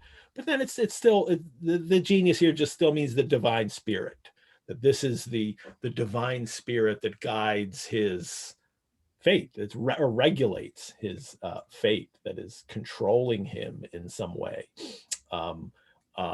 That idea exists in the 1818 text, and as we said earlier, it's just, I think it's emphasized more in 1831. But one of his first authors he reads is Cornelius Agrippa, an alchemist from the 16th century. And Agrippa's, I love that Mary includes him here, because she also includes Agrippa later. She writes a short story called The Mortal Immortal, in which some Agrippa's in it, and his student takes a potion that makes him immortal. And William Godwin has already written a novel, Saint Leon, about alchemy and the elixir of life. And so these, having Mary does excellent work on that novel. I just need to plug her. Mary did? Mary's work on Saint Leon. Good. So talk about this. Talk about alchemy and Frankenstein and what this is all about here. Wow. Well, yeah, I mean, I think William Godwin is a good place to start. So if you are interested in these figures, helpfully, William Godwin in 1834 publishes Lives of Necromancers, which is basically like a massive long bibliographical list of all these kinds of alchemical figures, magician figures, kind of some like Christian divine figures, all these kinds of things. So if you want a kind of one-stop shop from this kind of contextual period, William Godwin has you covered, and he includes, you know, Cornelius Agrippa, Albertus Magnus, who we get to later in the novel, and Paracelsus, and lots of other people. But yeah, so St. Leon is a kind of alchemical / Wandering Jew type novel that he wrote in 1799. There are some parallels with Frankenstein. And I think I mentioned earlier, P.B. Shelley also wrote a novella that basically rips off St. Leon, and he calls it St. Irvine. So the parallels are very clear, and it's not as well written, and it's terrible, like all of PB's like juvenilia is. But the idea is basically there's a character in both texts, a man, and then they stumble upon another person who's like, oh, I have this secret. Do you want to take this burden from me? And they get passed, or there's an attempt to pass on these kinds of alchemical secrets. So what is alchemy? You might be thinking. It's basically kind of tied to the philosopher's stone, and the pursuit for the elixir of life. So longevity or eternal life, but also a way to transmute metals, so to transmute metals into gold. So what more lofty goals could you want than eternal life and being rich as hell? That's basically what alchemy is, the idea that you want to defeat death and also be rich. You know what Victor doesn't know at the time, and he mentions about the search for the Philosopher's Stone, what he doesn't know is because he hasn't read Harry Potter yet, is Nicholas Flamel still has it. So he has it at this time. Yeah, and Nicholas Flamel, I think we mentioned this in one of our Sundays with Dracula episodes, but he was a real person. He was a 14th century French scribe who is posthumously attached to this tradition of the Philosopher's Stone. He apparently wrote this kind of text that in it he says that he found this book called the Book of Abraham the Jew, and through it he got somebody to help translate it, and now he has access to the elixir of life and the ability to transmute metals through the Philosopher's Stone. So it's kind of like mixing these Kabbalistic traditions with alchemical traditions and the idea of secret knowledge and wealth and longevity. Godwin would have been aware of this, and there is a text which I always get wrong. It's called Hemippus Redivivus, which was published in the 18th century, and some people think that it was a genuine text, but it's basically a satire written by a German medical satirist who is satirizing all of these kinds of alchemical traditions. So Nicholas Flamel, and also a person called Galdi, who is in Godwin's preface to St. Leon. So these alchemical figures, and specifically tied to the Philosopher's Stone, were in Godwin's texts, and Shelley was also aware of them, and that idea that there's something dangerous to this knowledge, but also this idea of there being men wanting to pursue it, and that goal still being something that is desirable, I guess. And that idea of danger and knowledge is like really key to it. Some of you guys might be familiar with Discovery of Witches, which is a really popular book series. It's just been made into a TV show. It's not the best, but one thing that it does do really well is the TV series is a bit crap, but what it does really well is show how alchemy was this kind of blend of mythology, art, and science. And when I say mythology, I mean religion as well in that. And that if you're interested in this, Discovery of Witches actually really kind of coherently puts it together, because things like the alchemical child, the way in which alchemical symbols are represented, relies really heavily on, classical and mythological understandings. And there is this idea that it is this kind of like forbidden knowledge. It's almost kind of like apocryphal. And I think that's what's really interesting. What she's drawing on here. And that's what's really important about the Nicholas Flamel example, because it is tied to that kind of undercurrent of Kabbalah, and this idea of forbidden secret knowledge that is kind of attached to the divine. And again, with the creation of life, in many kind of creation stories, you have that kind of nearness or origin with divine sources, whether that be through God or through a rabbi or other kinds of divinity. But specifically, alchemy it's like a kind of, you know, the dark side of this. It's secret, it's forbidden, and there are always consequences. And as you get in St. Leon, as you get in St. Irvine, and also as you get in Frankenstein, there are consequences to this kinds of action and pursuits. And Mary really plays that up, and or in this novel, and I love the difference in that in Percy's life, he used to do all these experiments. He used to carry out all these alchemical chemistry experiments on his own, and he had a reputation for this when he was still at Eton, when he was young, and then even at Oxford. And Mary's experience is, well, my father writes about this stuff. My father studies the books and writes about it, and because you're not supposed to do it. It's not real.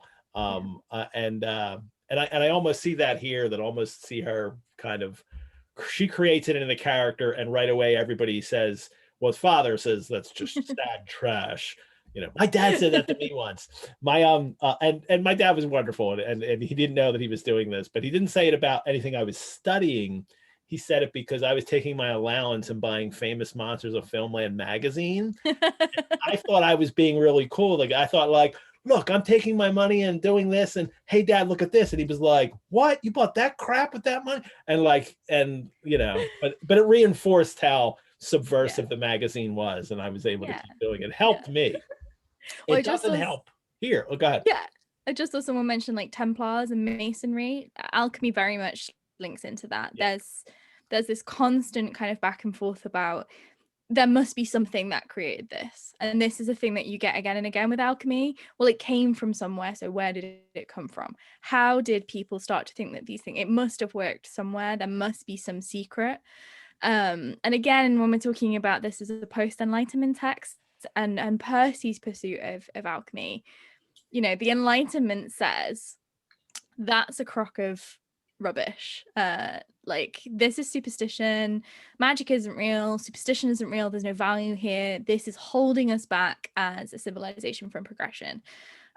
So kind of bringing back alchemy and bringing back the idea of alchemy is also a rejection of what is increasingly there by this point seen as the very confining boundaries of the Enlightenment. You know, something that's supposed to be about progression has become staid and become kind of boring and unadventurous, and the, you know, romanticism and alchemy very much go hand in hand in that way, because they are pushing back against that type of discovery of knowledge. So alchemy very much feeds into that, and you do start to get a lot of kind of like Templar narratives at this point in time. They become a really popular element of historical fiction. And when we get into kind of like weird fiction and narratives into the later 19th century, the Templars become really like a central point of this. There's also a mass in the 19th century. There's like a kind of a literary trend of like secret societies and the I always say this wrong, the Rosicrucians or the kind of the Rosy Cross, and this is also kind of stemming from this kind of alchemy and kind of not religion, but it's also a kind of secular religious science and secret societies and stuff like that. And the Illuminati. Don't forget the Hellfire Club, like 100 years before. He goes to Ingolstadt, the university. That's where the literal, the historical Illuminati are. And they're probably gone by this point. That's just myth after they're disbanded, and then they kind of go on for centuries, even to today.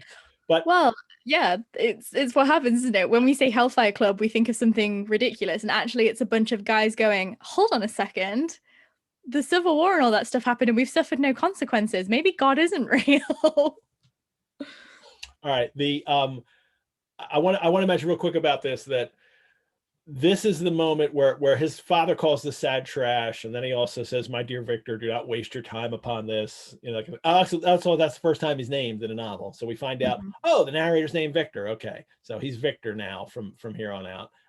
But there's a line there that he has, that it is that Victor blames his father in a sense for doing this. It is even possible that the train of my ideas would never have received the fatal impulse that led to my ruin. That his father said, you know, came down on him, and like, that's his, you know, like he's Oedipus here, right? But the But what I also find interesting that is Percy adds those lines. That's actually a Percy line that he adds to the text. And Percy has this disastrous relationship with his own father.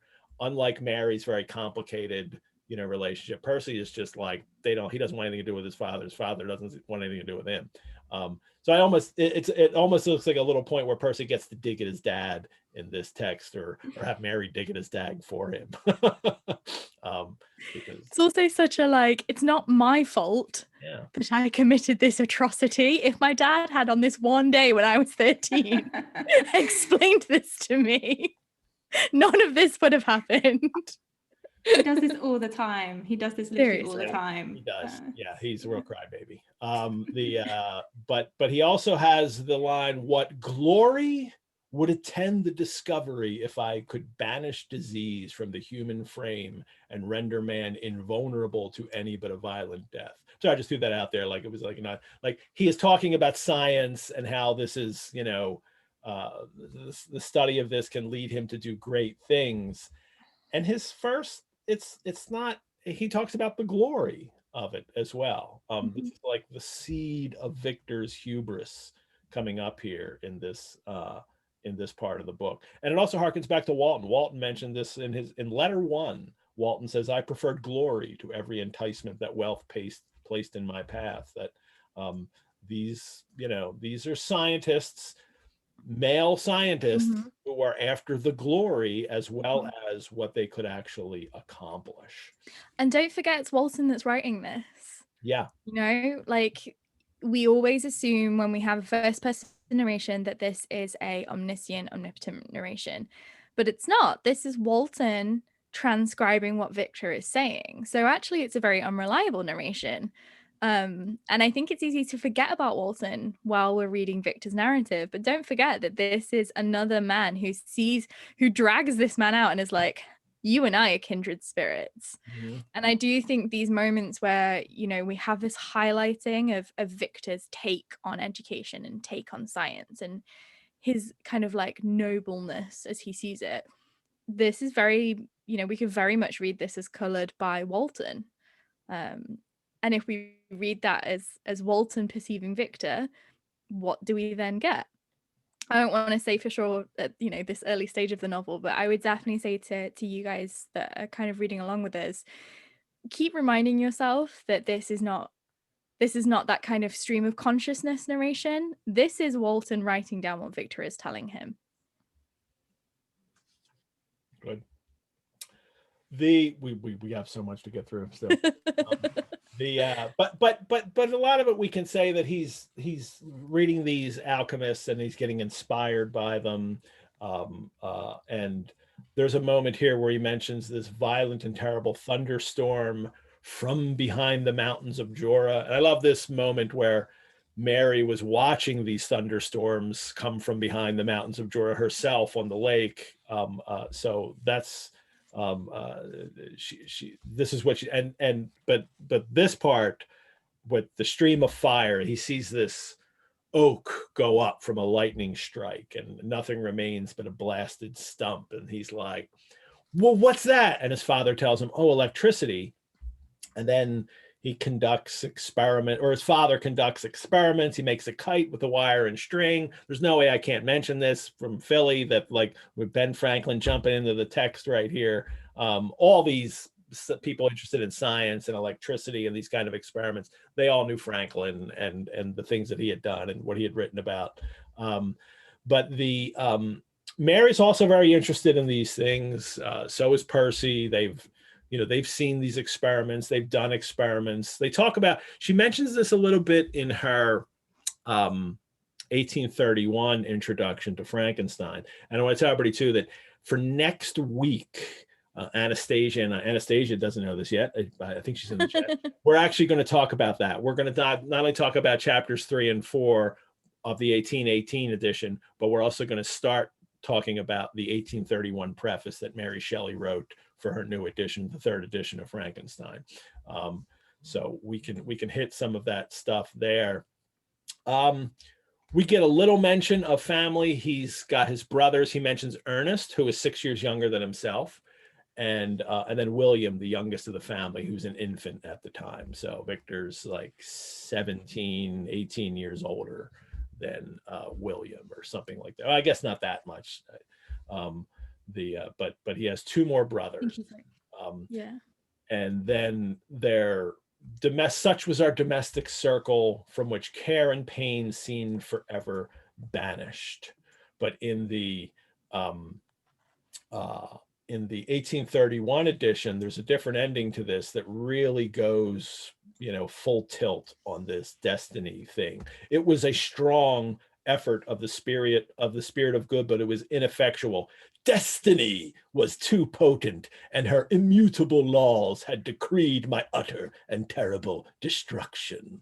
So he really goes overboard in that 1831 edition about that. And she cuts out this entire end of this chapter and puts that right at that, and another paragraph right after the tree stump, like him observing that she really wants to emphasize that destiny, fate at this point in his life. So then we get the first, tragic occurrence, maybe not as tragic for Victor as it is for Elizabeth, but his mother dies. She gets Elizabeth gets scarlet fever, and then the mother, Caroline, has to take care of her. And then she catches it and dies. And I can't help but think there's a biographical reference there for Mary, whose mother, Mary Wollstonecraft, dies giving birth to her. And Mary has this sense in her life that, not that she's killed her mother so much, but certainly that bringing her to life, like her existence, is connected to her mother dying.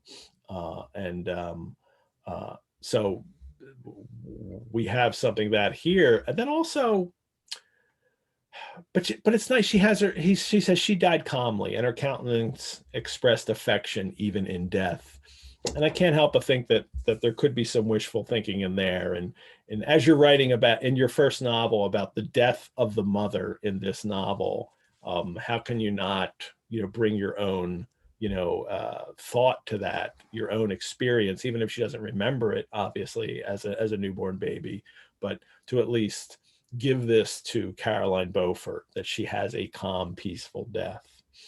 And Victor moves on. That I think there's also a sense here that something that she had to deal with in her life too, that you have to move on, you have to still live your life, and she has Victor take that very practical step right away, that I still have to go on and do what I need to do in my life. It's a really jarring description of grief in a lot of ways here, because the way that he begins by talking about grief, I think you get a lot of what I would say is Shelley's perspective of grief, because later when she talks about grief on Ghosts and in The Last Man, and in Valperga and other texts, we see a lot of that come through. And this idea of like this most irreparable evil, the void that presents itself in the soul, it's a really fantastic description. But the way that Victor ends that is, my mother was dead, but we still had duties which we ought to perform, and we must continue our course with the rest and learn to think ourselves fortunate whilst one remains whom the spoiler has not seized.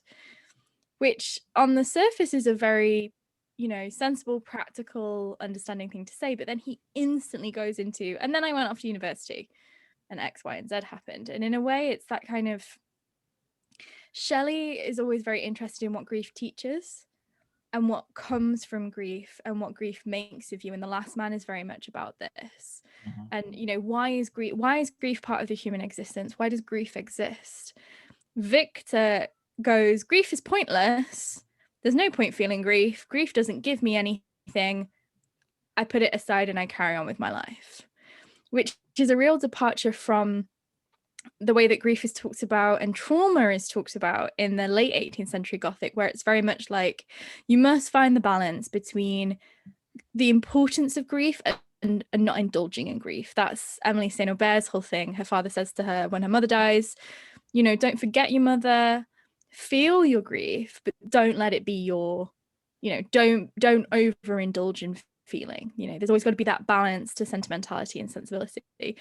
And whereas the earlier Gothic hero and heroine struggles not to overindulge, Victor goes the complete other way and just does not indulge at all.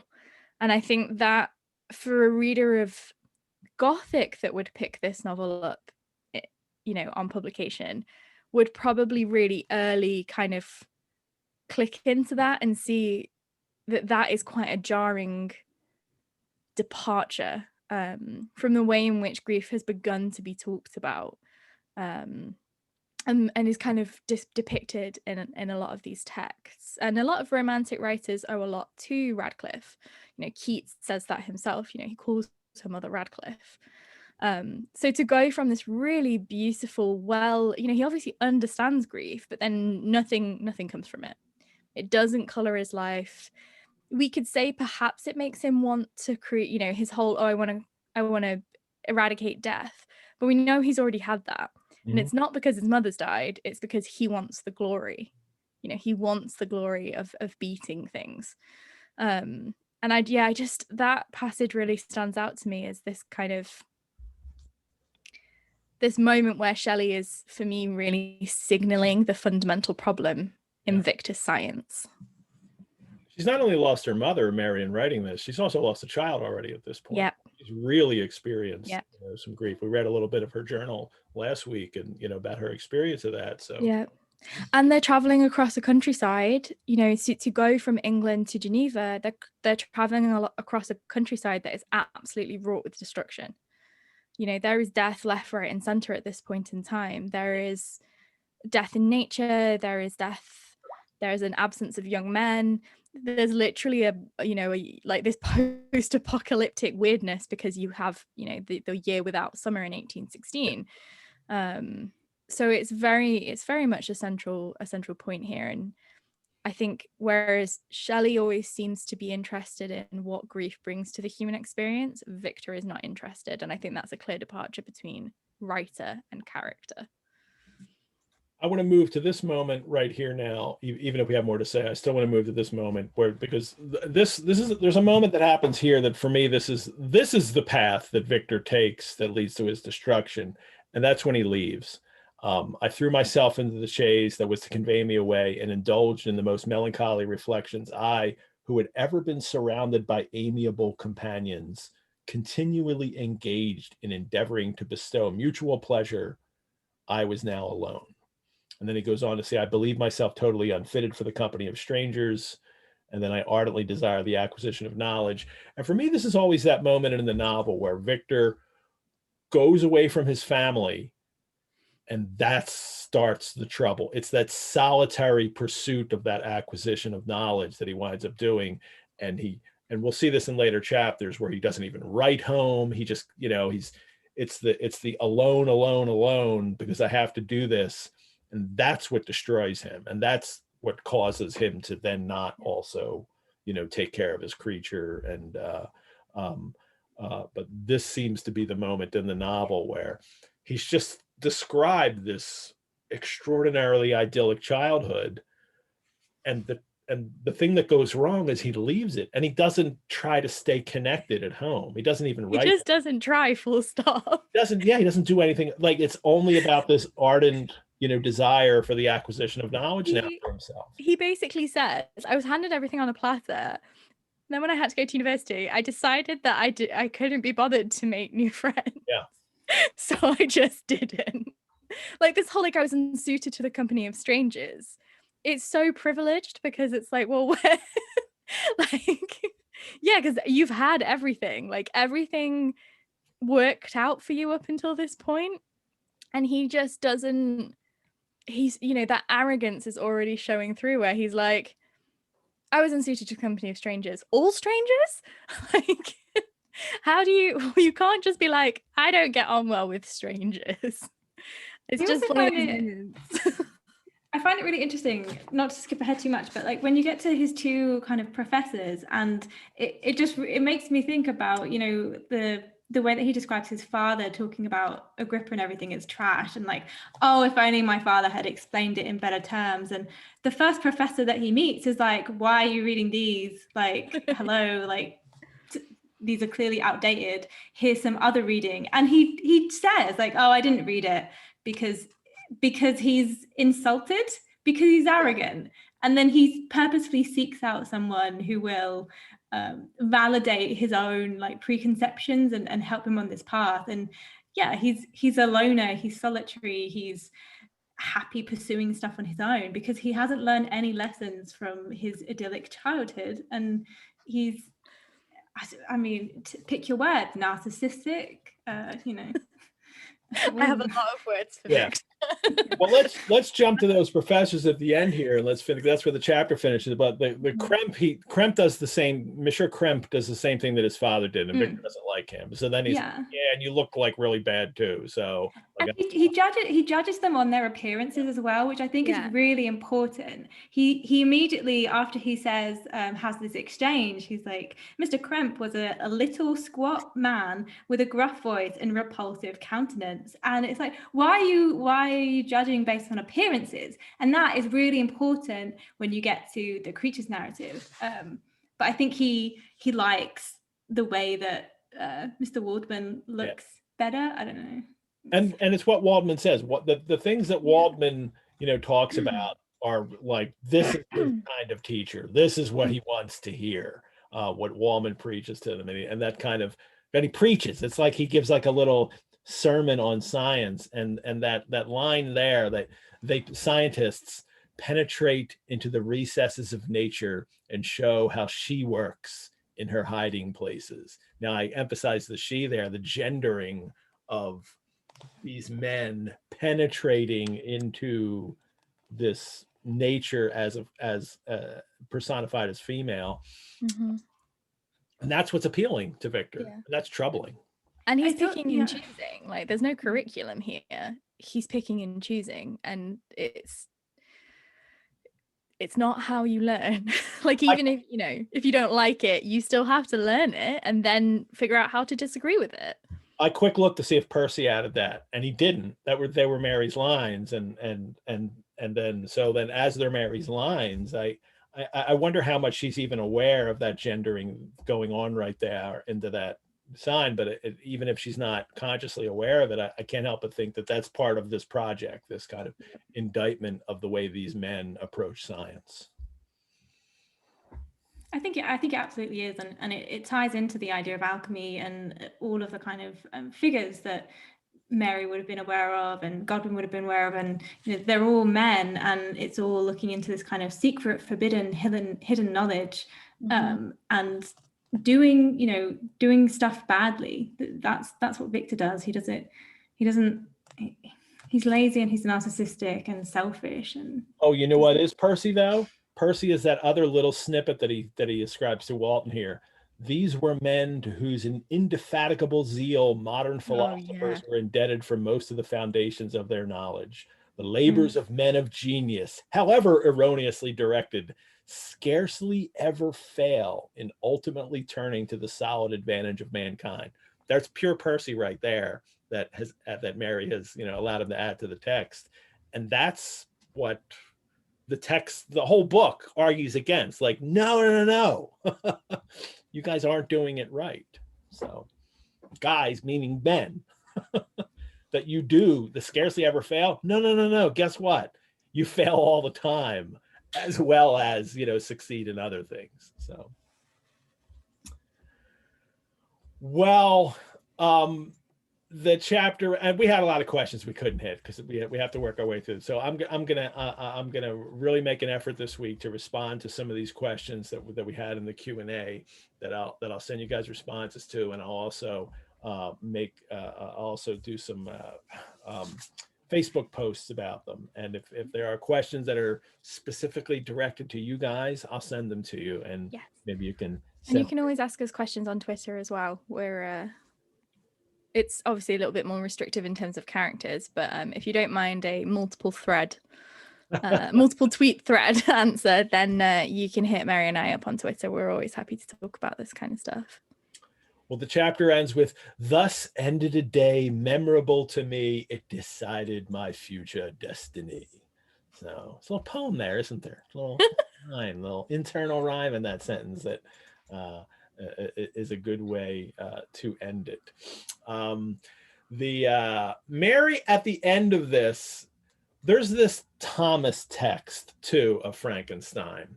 And I guess we can close with this today, because in the Thomas text is a version of the first edition, the 3-volume first edition, that Mary started to annotate herself and make some edits in. And then she, I think, gave it to a friend, Mrs. Thomas. That's why it's called the Thomas text.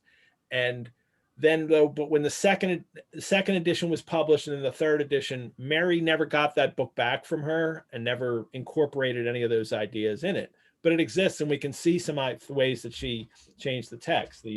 I tell everybody that the Les Klinger annotated Frankenstein is the coolest edition to have, because it's the 1818 text, and in the annotations he includes everything from the Thomas text that she did and everything in the 1831. So you kind of get it all in one shot.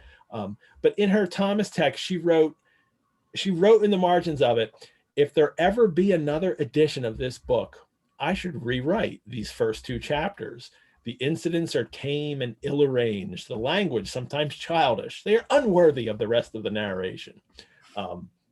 First, I look at that and think like, yeah, that's a writer looking at her first book and thinking like, oh my God, I can't believe this is how I do it. But she does. Like for the 1831 edition, she makes a lot of changes. I mean, we only hit a couple. There are substantial changes in the 31 and the text from the 18 that she does actually carry that out when she has the chance to do it, and including changing the backstory of a character. Such a significant change as well. Like it really fundamentally shifts the text. Yeah, that kind of switch in Elizabeth, I think, colors so much of what comes after, particularly when we get to the stuff later on with Justine. Did you guys have anything you wanted to add though? Because I know, like, and I'm sure you have a ton of notes that you didn't get, or things in your head that you didn't get to talk about. But so far, nobody else is a fan of me doing a 4-hour show. So I'm not against that. We're gonna do roughly 2-hour shows. Do you guys have anything you want to add before we go? All I did want to say was that I think in the last episode you mentioned the immigrant song, Led Zeppelin. And that kind of Arctic exploration. And for me, the kind of water narrative always reminds me of Iron Maiden's Stranger in a Strange Land, which is about the Franklin expedition to the Arctic. Yeah. Has, like the land of snow and ice, I think. But yeah, that's a recommendation I would give if anyone wants a soundtrack to the Walton parts. Listen to Iron Maiden, Stranger in a Strange Land. Yeah, I would just put Immigrant Song on repeat. So yeah, you can play. They're both good. Maybe we should start a Frankenstein playlist. Frankenstein playlist. Make a collaborative one. Yeah. Yeah. No, I think I've harped on too much, but I guess the one thing that too much and never enough. Yeah, one thing I was thinking like after last week's is just kind of how much this text is presented as a text. The very physical metatextual elements of this, the way that we have the letters, the dates, the construction, the fact that it's a spoken narrative on a boat being transcribed by a sailor in the Arctic. This is a really unreliable text.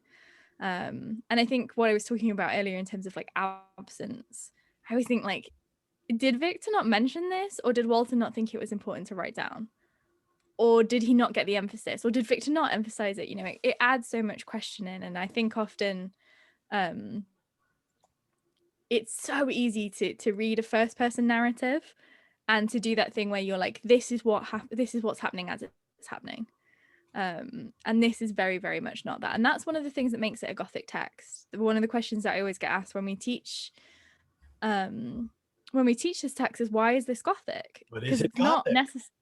Yeah, what makes it Gothic? And, you know, the assumption's always, well, it's Gothic because a dude makes a creature. But actually it's Gothic because it's very consciously constructed as a Gothic text, and it's very consciously relating to the Gothic that comes before it. So yeah, just when you're like, as you guys get into the next, I think particularly as you get into the next chapters, think about the actual text as construction, because where's it come from? Like, did Walton's sister publish this? Like, where, you know, what is this? Like, where does it come from? How, you know, think about this being published in 1818 and it starts with this letter. Like, I don't know if readers would necessarily have read this as a novel. Yeah. You know, like, would you have opened this and been like, oh, weird? Like, it's just such a, you know, that question. Why does Walton's sister publish this? Like, why is this a put together text? How does this come to her? Is any missing? You know, I just think that's a really fun element of this that we often don't think about, because there's so much to talk about. Great. Yeah, that's absolutely want to consider that. So, and playlist, yeah, I think we're going to crowdsource a playlist on that on Facebook, definitely. And we'll definitely put that together. And next week's co-host joining me will be Dr. Anastasia Klimchinskaya. I can't wait to have Anastasia on this show to deal with the things we have to deal with in those chapters. So, Franken readers, thank you all for tuning in today. We'll post this recording on our website, and if you're watching it that way right now, thanks for watching. We have a Sundays with Frankenstein Facebook group where we can continue the conversation. So look us up on Facebook and join in there. It's a lot of fun. I'm always available to answer questions via email. If I didn't get to your question today, there was still a couple questions from last week I still have to get to answer. I will get to them and answer them, maybe even during the show, at the beginning of a show. The first edition of Mary Shelley's Frankenstein and the manuscript of Byron's Prometheus are just two of the many gems of the Rosenbach's collections. If you're looking for more virtual engagement, head on over to the Rosenbach website. Check out our other virtual offerings we have, including our gallery gateways and exhibitions. But the Rosenbach is also open right now. You can get timed tickets for your visit and come and just safely visit and you basically get to go through the museum yourself, you know, or whatever, you know, party you're with, one party at a time. We have a new exhibition open too called Manjaro, Drifting 1841 to 2020. It's about the 19th century Japanese sailor Manjaro, whose tale begins in 1841, when as a teenager he left his tiny Japanese village on a fishing trip. A violent storm left him shipwrecked and set the course that would lead him to become the first Japanese person to live in the United States. And he wrote about this in his own manuscripts, and we have those manuscripts as part of our collection, and it's a terrific show that I can't wait to see, actually, as well. I haven't been in to see it yet. Mary and Lauren, thank you so much for being here. Thank you for having us. It's always fun. Good. I know we always talk too much, but it's so much fun. Hey, at 10 after, 10 after the hour, we finished in great time today. I think that's a record for us. Yeah, I was really rushing. There were a lot of notes I hit that I had that all right, I can't hit those notes. So the completest of any annotation for me is always going to be like 6-hour shows for one chapter. And I think you guys would be the same, actually. So that's a good thing. And we have plenty more to talk about on the show. Everyone join us next week on Sundays with Frankenstein for chapters 3 and 4 of the 1818 edition. Chapters are even different now. If you're reading 1831, the chapter divisions are actually different, but it's chapters 3 and 4 of the 1818 edition of the novel, in which we enter Victor Frankenstein's workshop of filthy creation and behold the accomplishment of his toils. Yes, it happens next week, the creation. We'll also look at the 1831 preface of the novel that Mary wrote then. Thanks, everyone. Once again, we'll be played out by Tucker Christine's Pleated Gazelle song, It's Alive. Farewell, divine wanderers, and remember, you have hope and the world before you. Bye-bye.